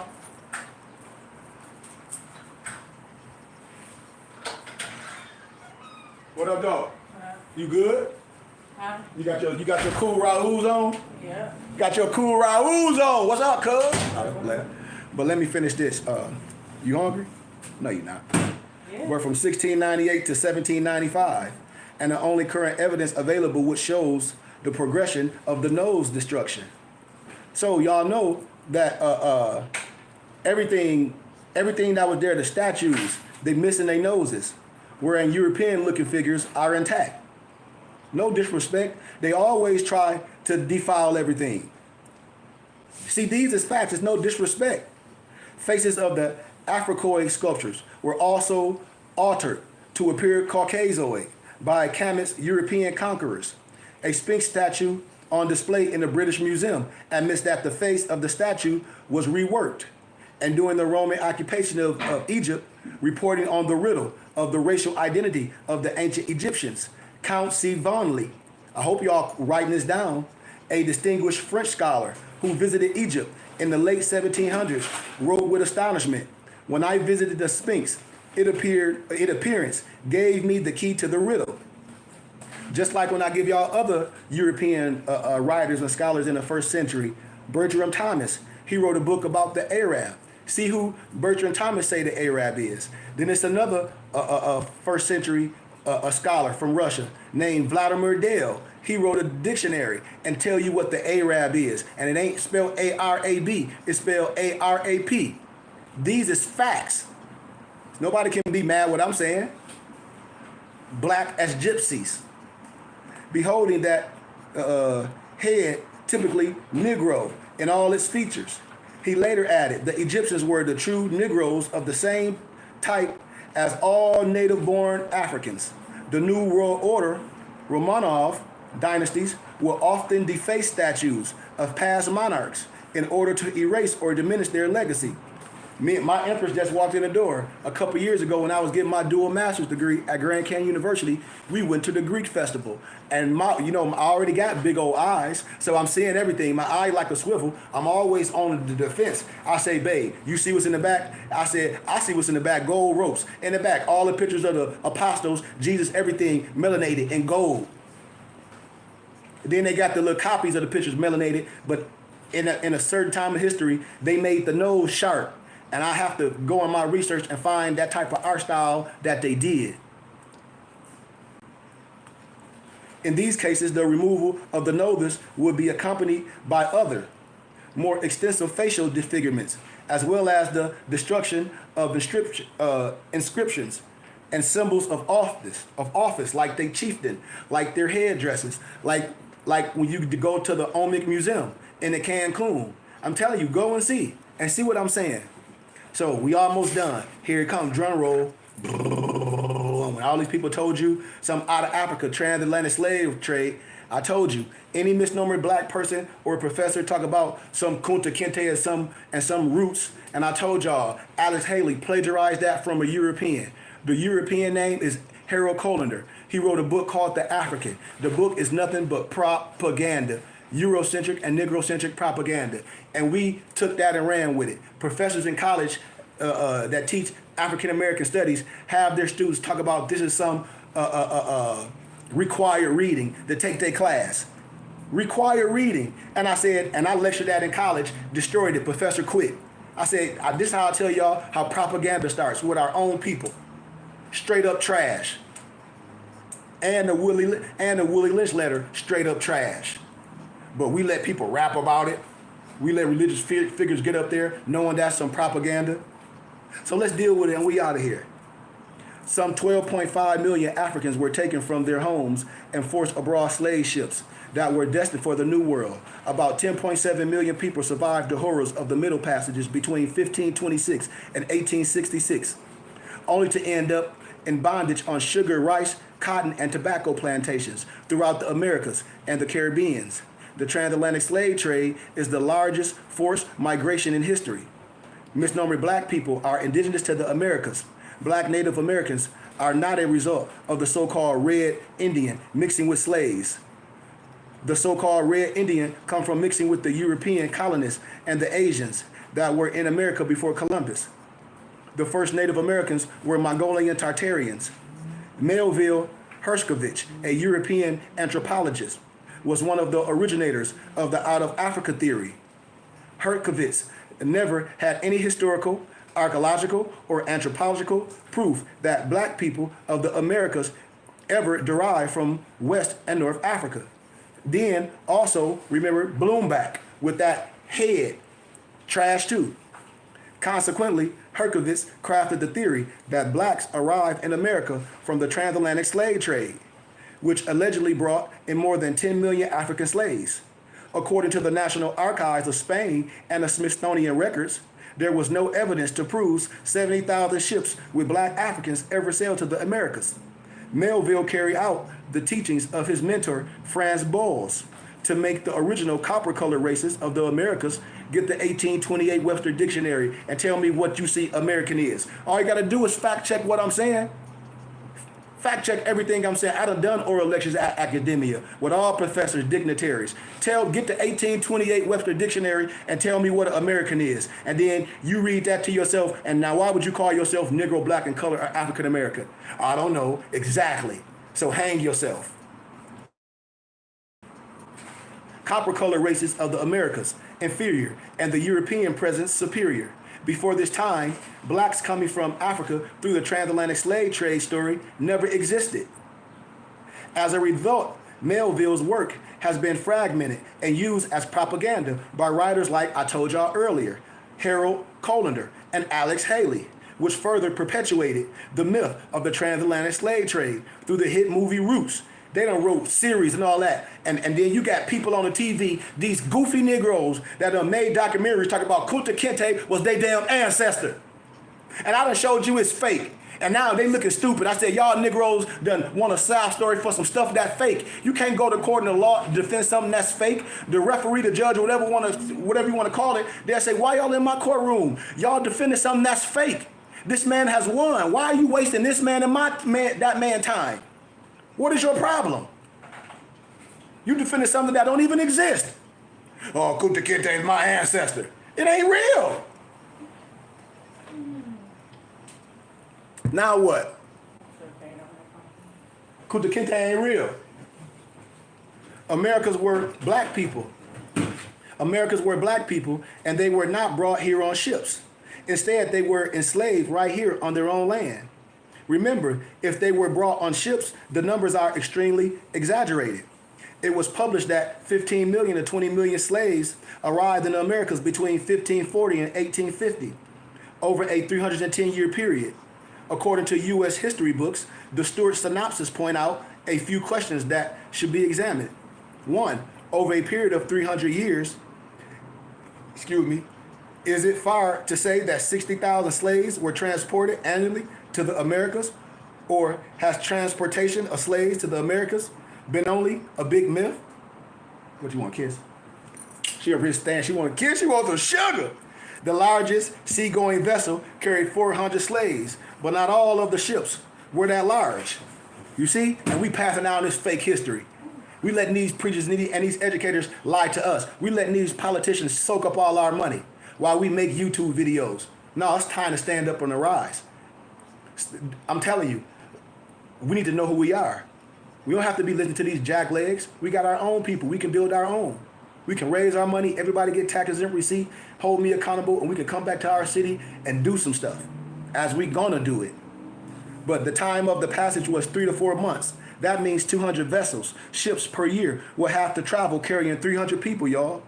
One ship could make 3 passengers per year. But watch this. The transatlantic slave trade database says that there were 1,100 to 1,400 voyages made over that 300-year period. Let's fact check them. If that's the case, each ship carried 400 people. The total number would be 560,000 Africans were transported, and it still don't add up.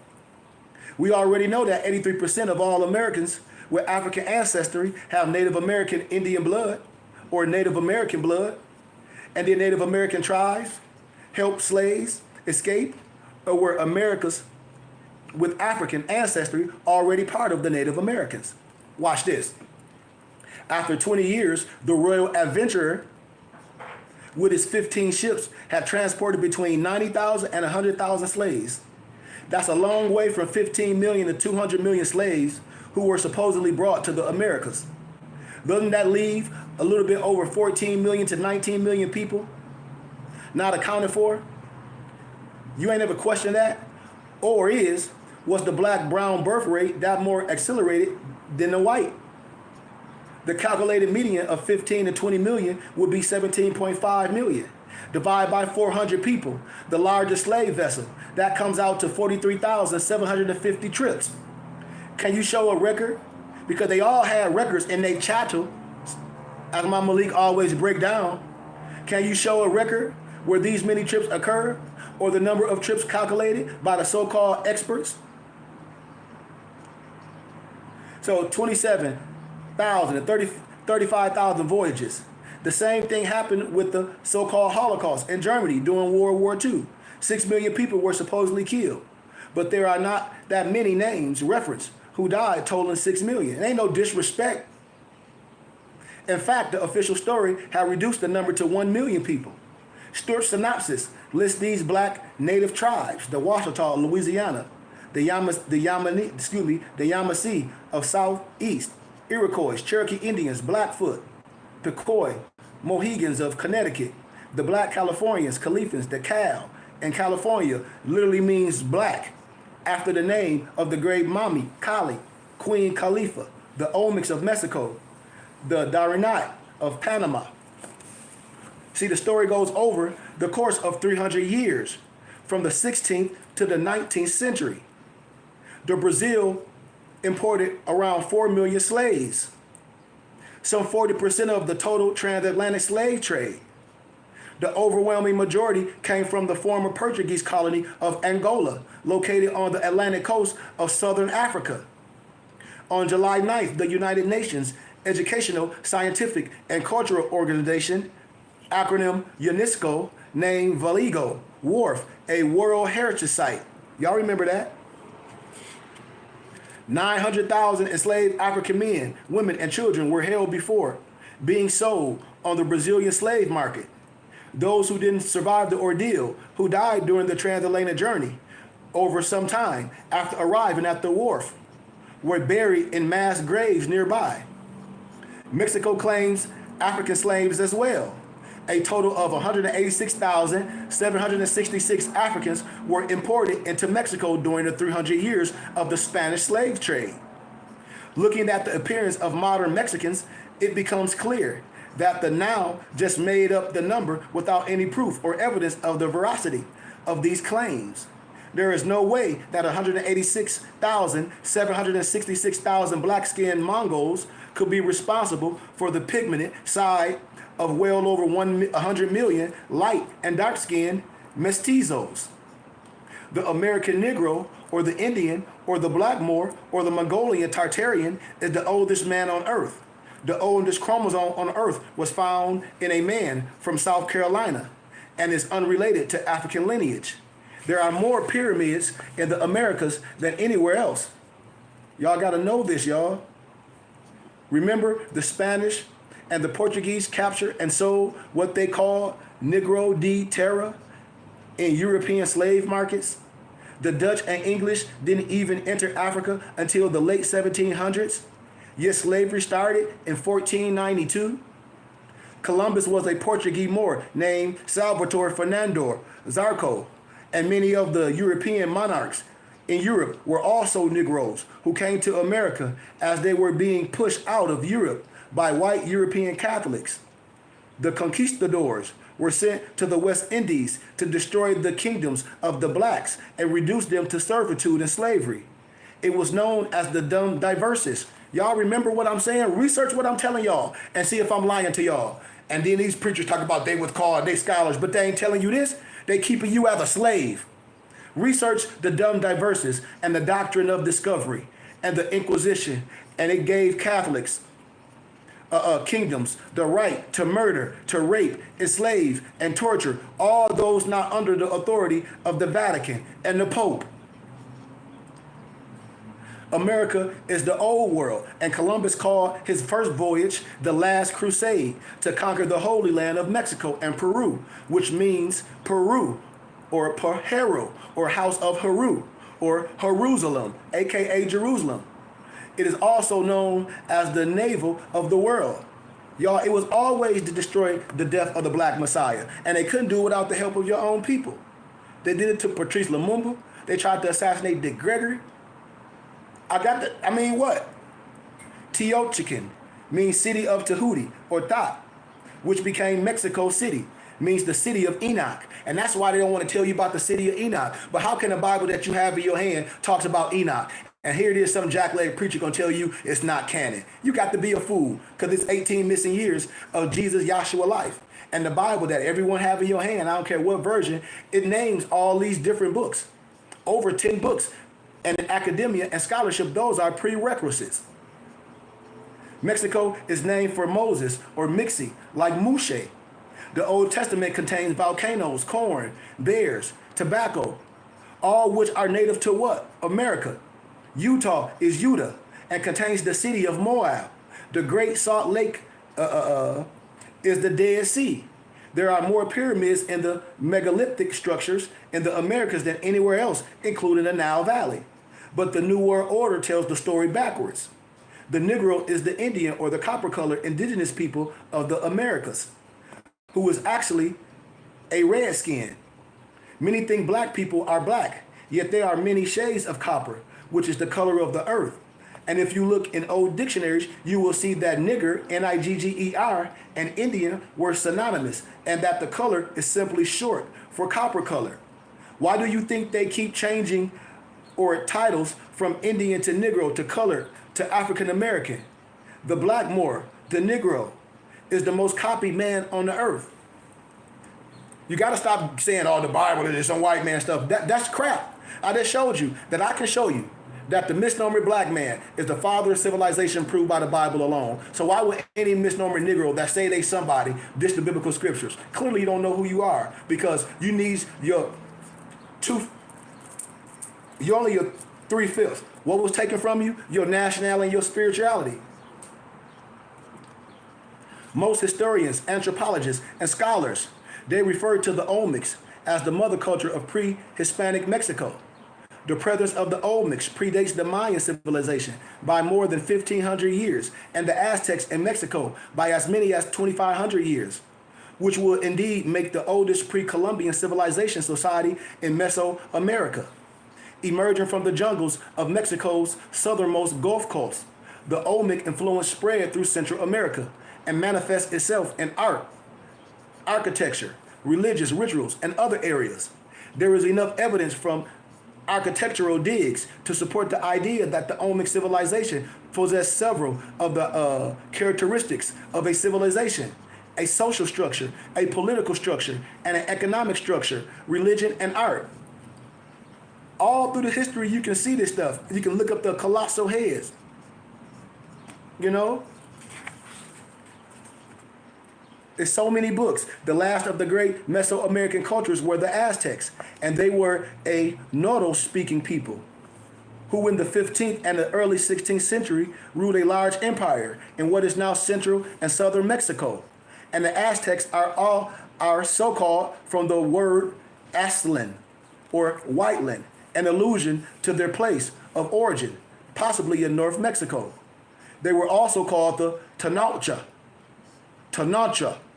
from a mythical ancestor, Tenoch, and the Mexica, Mexica, you know, Moon Lake, the mystical name for Lake Texcoco. Y'all know what I'm talking about. When you check out the Tartarian Dome in images of the ancient Indians, I got all the pictures. Like, I don't know what we be talking about now. Now it's time to come together and do something real, brothers and sisters. So, I'll leave that right there. Our nationality and our spirituality. We can't put it on nobody else. We can't talk about no Trump, because I ask everybody, what's the agenda? Because now I tell everybody the joke's on you. The joke's always been on the Negro. The joke always been on the Negro when they emotional. I ask everybody, agenda, and the agenda is what? Your nationality and your spirituality. When you vote on law and policy, you don't have to vote for no president. You vote for law and policy, and that's it. And you stand on it. This is what I be telling people. I said, we have to know things. We can't be emotional anymore. We can't let people just tell us who we are. And then I'm giving you facts from unbiasedness. We can't continue to move forward like that. And if we want to do something and make a change, then we got to support something, put some money behind something, and push that person, individual, and say, let's do it. Just like when all my colleagues be like, hey, all your friends and family, y'all can have a temple in the city of Flint. Because none of my friends and family gave no money to some person that say they're going to open up a school. I know I haven't. And I tell everything about our religious rights. We giving our money away to Uncle Sam, because everybody think they're getting a tax return. We can build our infrastructure with the money that we giving Uncle Sam. That's why when I ask people, do they know what the Sopranos was all about? And the religious laws, black people have no rights in law. So you can't go confide to a black preacher. Why? Because according to science and law, black is silver mortis. A black preacher don't have client and lawyer confidentiality. That's why I state for the record, I'm not black. And when you say that, it's like anti-Semitic. because I have a right of a nationality and a right to change it. I know who I am. And when I talk about the SF 181 form, most Negro, blacks, and colored, when that form is put in front of your face and they say, fill out all that's pertaining to you, most Negroes, they fill out what? Black. They never read it. They never take the time to do things the right way. And so we putting ourselves back willingly. And then we'll start just talking, but we don't know because we promulgate something that's meaningless. I'm telling y'all, black has no standing in law. That's why every time they kill one of our kids, anything black, black, black, black, black, I'll be telling y'all, police have immunity. If you don't know about the oath of office and things and all these things, we have to talk about these things because a lot of people, they just don't know. They don't know law. They don't know proper procedure. So when we going to do things, we so far behind and emotional, you get totally destroyed. And these the things what I'll be saying about my brothers and sisters. Everybody else identify who they are. And our people don't know the power of the religious laws. The religious laws trump everything. Do you see the Mormon or the Amish standing for the national anthem or worried about getting some shot? Do you see them worried about any of those things? No. Why? Because the religious laws trump it. I broke this down so simple, but we follow people with that black pride stuff and they are black this and they are black this, and you put black in front of everything that you do. Black business, this, black this. Well, put dead in front of everything you call black. Dead business, dead this, all that. Black has no standing in law. Why would you want to be black? What is your nationality? I don't know. What is your race? I don't know. What is your status? You don't know. And when I talk about these things, the Constitution was never abolished. So if the Constitution was never abolished, why no one is teaching about the Constitution and with all 20 of its sections? And if the 13th Amendment frees so misnomer black people, then what's going on? And there's so much more civic history that I can teach that any European politician, they won't say nothing. He'd be like, this man is telling you truth. And I'm not coming from no biases. We ain't got to be no marching. We ain't got to fill out no paper. The Constitution has never changed. We must do what? Defend the Constitution. In my city of Flint, Michigan, we have the Moorish Science Temple of America, which is the oldest spiritual schoolhouse in the city. And it's in shambles. And here it is, I'm from the temple. And I'm educated. I'm coming to bring something back to my people. And let us know that we're not Negro slaves of color or African American, that we're not misnomers, that we're made in the image of the Creator, that we're not going to let no Islam Muslim, no so-called Hebrew Israelite was an oxymoron, no Muslim or no black Freemason try to separate us. We're not Crips and Bloods. If you understand what I'm saying, then this is the triple rose. And if we all using the same books, which is the Bible and the Quran, you don't want to have a real conversation because I'm going to deal with the ancient language and it's going to make you look like how can I say, a racist of your own self. It's going to make you look like you prejudiced of your own self. It's going to show that you can't contextualize the scriptures for people that people said they is nothing and created nothing, and Negro, color, black, or African American. That's no power. And if color didn't matter, why do they tell you everything about you ain't nothing? Why they tell you all the angels is black, everything is white? Why everything about you is derogatory? But see, a true God man can teach with love and challenge everything that you've been told. Any questions, man? As I make my way back to my city of Flint, man, like I said, we can do everything, y'all. We the people. I'm telling you, I have experience and education in this. I have experience of bringing people together. I have experience of showing people how we can decipher our money and do some good with it. Watch this. I'm going to give an analogy. Say all of us on here, basketball players. Say, let me see any of my muftis on here. Let me see. Yep, my mufti Malik on here. My mufti Greg Masso. Oh, my homie, I think that's Carlos Gill. What's up, Big Los?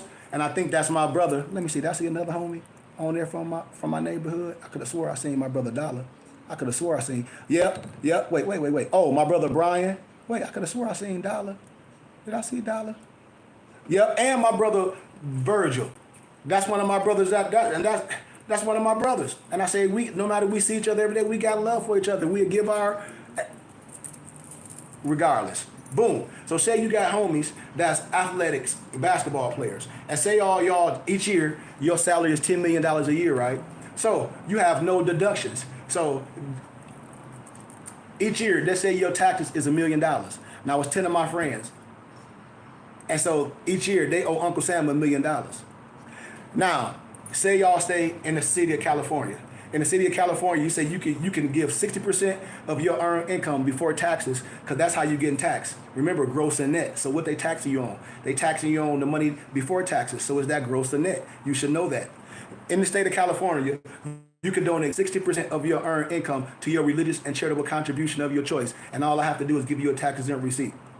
So that's what? 600,000 times what? 10, right? Right? And watch this. Not only with that. Oh, what'd he say? I'm sorry, I'm doing two things at one time. But not only that, you can give more dollar for dollar. You know what I'm saying? Watch this. $6 million in 1 year. That's $6 million in 1 year. Now, how brothers that go pro and after they pro day's over, and I'm not talking about nobody specific, but if they butthurt about what I'm saying, I don't give a damn. Don't make me no damn different. Hey, that's your life.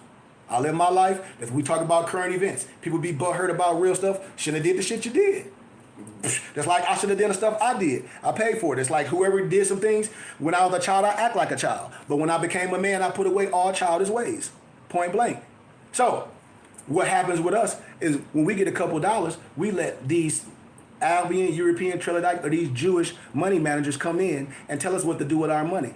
Now, they might be paying our taxes so far, but they cipher to their organization that they want. And that's how they begin kickbacks. And you see their organizations be multi-million-dollar organizations, and they just get taxes and receipts all over. We can do that with our own brothers and sisters. And I'll just give you a tax and receipt. And we have infrastructure. And people hold me accountable. People sit on the board. That's how people can donate to our organization. We can have donors. Because that Nipsey Hussle stuff buying up the block, that drug money don't work. That's how the Sopranos was under the religious, that's how they was doing everything. So what I'm saying is we're tax exempt for the federal government, religious, charitable, and scientific. You can take something bad and make it good. And so when all these brothers' basketball days and all that stuff over, we don't have our own gym to teach our kids. We don't have our own libraries.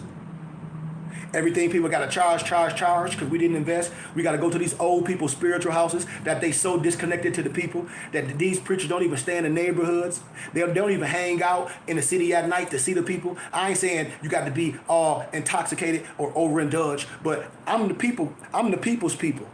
I want to be to touch my people. I want to see them. Hell, but hey, make sure you get home. Hey, I'm a people's people. We are in a community. And that's how we build our infrastructure, by the money we give in Uncle Sam. And we don't even realize it. We are a private banking system because the money that you give Uncle Sam does not go to run the United States of America. And when you think you're getting a tax return, you're only getting a small percent of what you gave out the whole year. This is what I know. It's just like a consumer power bill. The only way a person getting a big tax return, unless they faking the funk and they claiming a whole bunch of people kids and they lying, or you an entrepreneur or an investor. Because tax is that paying taxes and tax return, that is not for regular working people. You got to understand that, because when you get a job, it's certain percentages that you willingly let Uncle Sam take out your check because you want to get a tax return, but you're not getting a tax return. You're getting a small percentage of what Uncle Sam took from you. The government is not giving away no money. So if that's the case, we can use our dollars and build our infrastructure. In a year, we have millions of dollars. Then we can have infrastructure. We can say, hey man, we got these youth teams. We got people that may be chefs and things and all that. We can show the kids how to do it. We can show the kids how to balance a checkbook. We can show the kids how to be fit, how to be entrepreneurs. We can show the kids who they are in history, what the Fed is about, what the turban is about. Because it all belongs to you. That's what this is all about. And how we use it, our own dollars. We don't have to beg no Europeans, no Albions. When people say they don't have money, yes, we do. We do. We Americans, we got money. We waste more than what we invest. We do. We can have our own infrastructure. We can. If just like I give analogies, 2,500 people giving $150 a month. That's what? $2.8 million down there. 2.899. You got 600 of your family member giving $400 a month. That's what? 4.5. And then when we talk about percentages, you got to know this. Just like say if you make 40,000 a year, well, you should want to give 10%. You should want to, and you file exempt. If not, Uncle Sam taking it.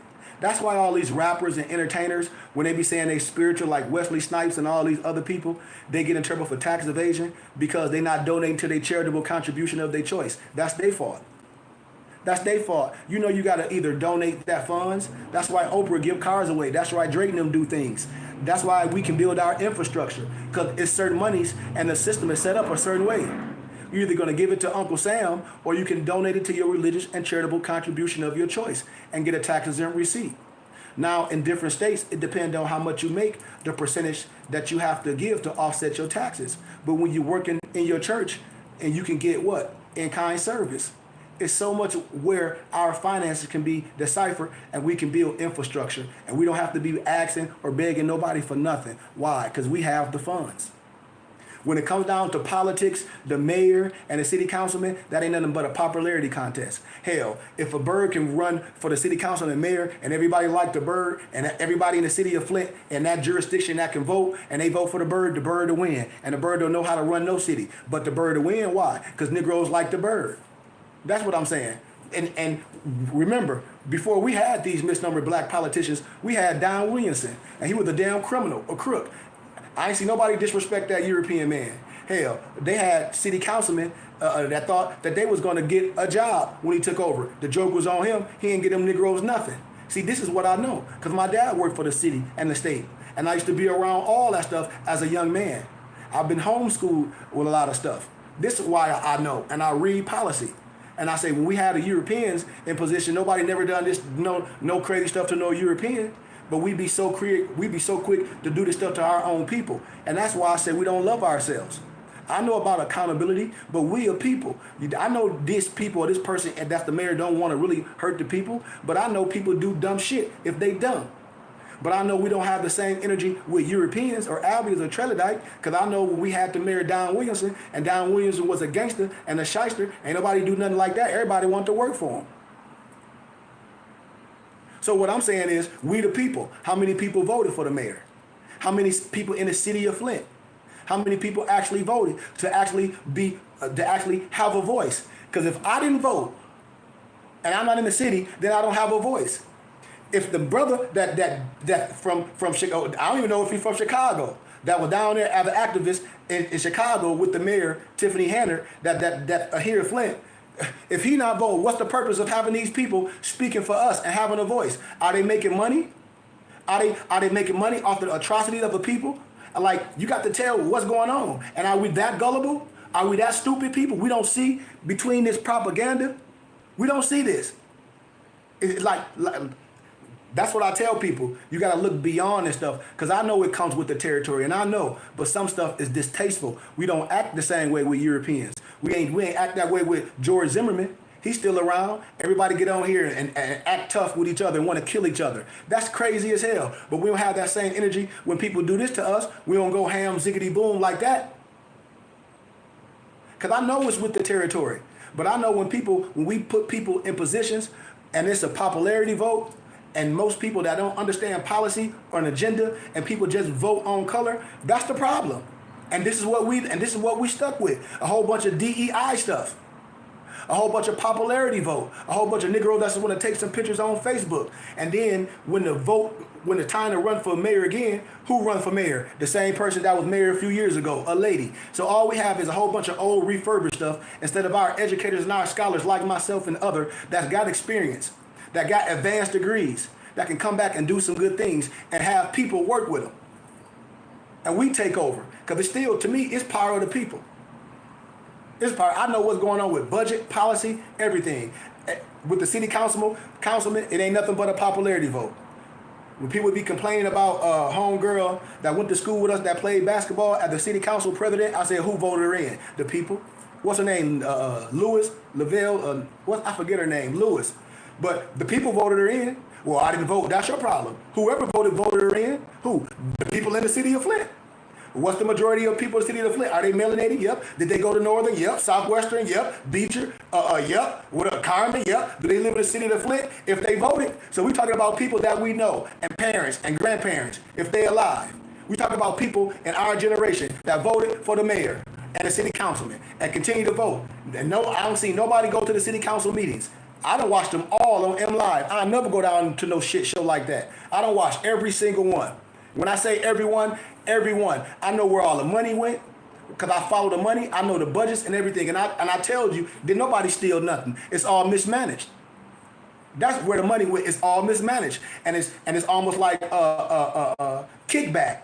If the city said we gonna pay $10,000 for something, and I'm a slick Negro, and I go to those people and I say, hey man, I can get you this contract for $8,000, but you got to give me the $2,000 when the check comes. That's a kickback. You stealing.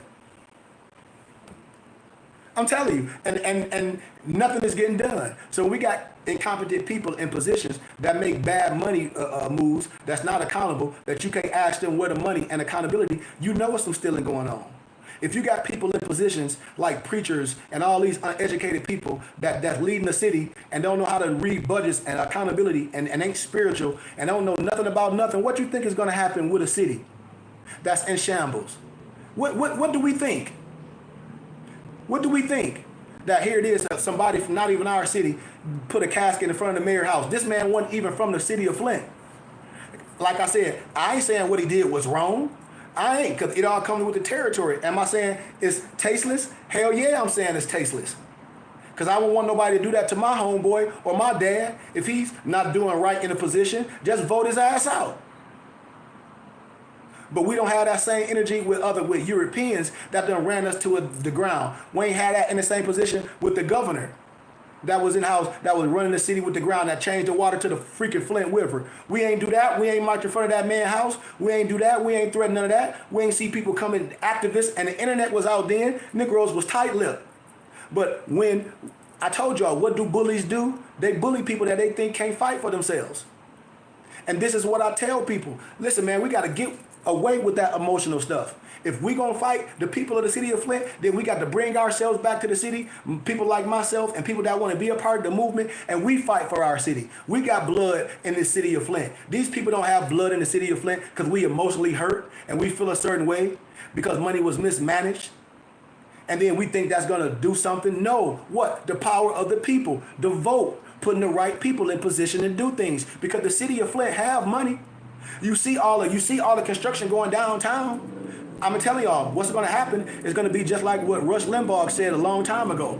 The city is going to be pushed away and built on top of each other like the projects. When I was little, I can show y'all what they call them, periodicals of the ground plans of how they were going to rebuild Flint, and how the projects they build Negroes straight up and push Negroes out their neighborhood. I'm telling y'all, but see, I'm about to buy our whole block and make it our religious community. And people going to have to get buzzed in just like the Jews. I'm telling y'all, I need my people help. I got a blueprint. They can't stop what we're doing. We need to have our religious community just like the Jews got. They got Chinatown. They got Jewish town right in Vegas. And the religious laws trump everything. I'm telling y'all what I know. It's the power of the people. Think about what I'm saying.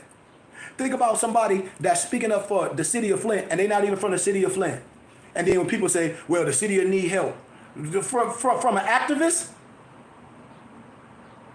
And what help have he done in the city of Dalton? Because let's break down the city of Dalton, because I know most people are not inclined with the agenda. I know most Negroes love that DEI stuff and love to see somebody in position. But Tiffany Hanner ain't had no experience of doing nothing. All she had experience of doing is running a damn chicken shack. Called it the Good Burger. And tried to get it on Shark Tank. But with no experience. And so when a city of misnomer black people, when they happy to see a face, well, we need this DEI, you get this person in there that's unqualified and run everything to the ground. And just have parties and throw things. And that's what you think running the city is all about. That's on the people. And then people, well, the city of Dalton need help. And I say, okay, well, let's see the cause and effect. Because ain't no European come in the city and do nothing. That's all Negroes. Because we didn't look at it. We didn't get the best. We didn't hold the people accountable. The people in the city of Dalton that was there, that was able to vote, didn't even freaking vote. So clearly she won, to me, on default.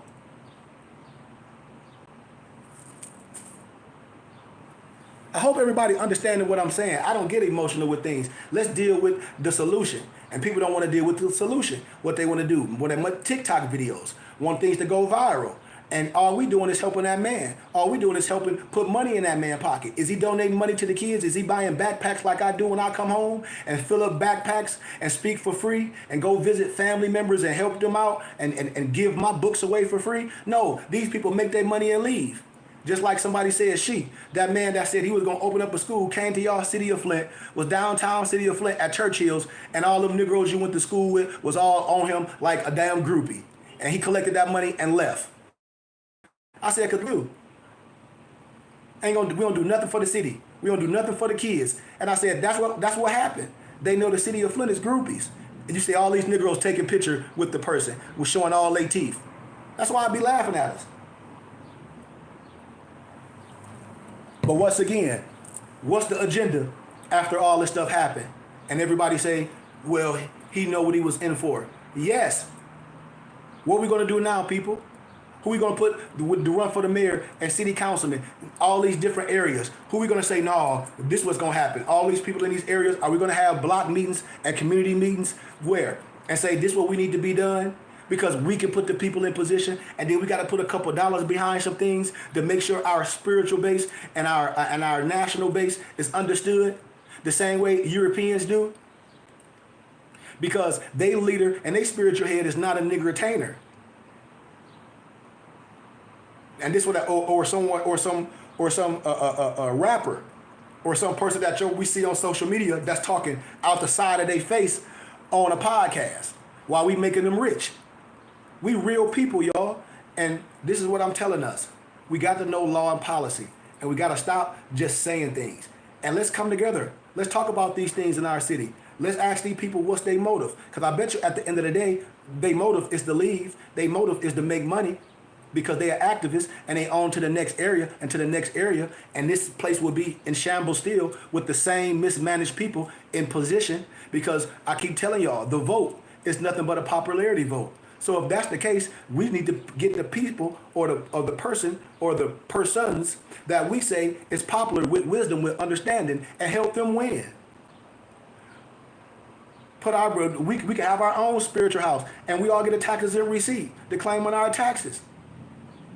This is how it works. We a laughing stock. And I ask my brothers and sisters, it got to be some substance with us after we have fun and partying and bullshit. Because we damn near 50. A lot of our parents are 80, and we done lost our parents. Some of our kids are 20s and in their 20s. What are we going to do? What we going to say we did or what we helped and be like, yeah, man, I helped my boy. I did all I can to help my boy build his temple in his school. And hell yeah, man, shit. My boy ran for the mayor. We won. Not him, we won. Why? Because now we all in position. Now we know what's going on in the city. Now, hey, if my homies got basketball things and grants and all this stuff, we bringing it to the community. Now we know how to buy our neighborhood. Now we making people volunteer, just like the European Jews, just like my Mexican homeboys. See, when people buy houses, everybody should help in the community and build it back up. That's a religious community. And then our single moms come back in our neighborhoods. Our seniors come back in our neighborhoods. And we come back in our neighborhoods. And it's our religious community with our businesses in our neighborhood, with our spiritual house and our temple and school right there. That's how we do things. And it's a religious community. It's very simple to do. But I love y'all, man, once again. Like I said, I love all my people. I love all my people. No matter what religion you are, no matter what banner you are, we are all that. We are the copper colored races, and we are Americans. We got to stop letting people tell us who we are and who we not. And we got to come together in love, and we got to put the right people in position. And if we don't have the right people in position, we don't have to argue or act personal. We have to get them out of the position. Once they're out of position, then we don't even have to talk about that no more. We get those people out of position. We stop smiling and kikiing with these people and say, you're not doing a good job. We need to get somebody in position that can do a good job, who our brother. Because these people ain't never been mayors or city councilmen before. Everything is trial and error. We have the power, especially our spiritual power, our divine creed, which is our spirituality and our nationality, which make us a complete fifth, y'all. And that's powerful. And with that, I love y'all. Gratitude, And man, help the BBT. Help us get our first brick and mortar back in our city of Flint. And we're gonna do some amazing work. And I need all my brothers in help because we're gonna change the dynamics of our community, one brick at a time. I love y'all. Peace.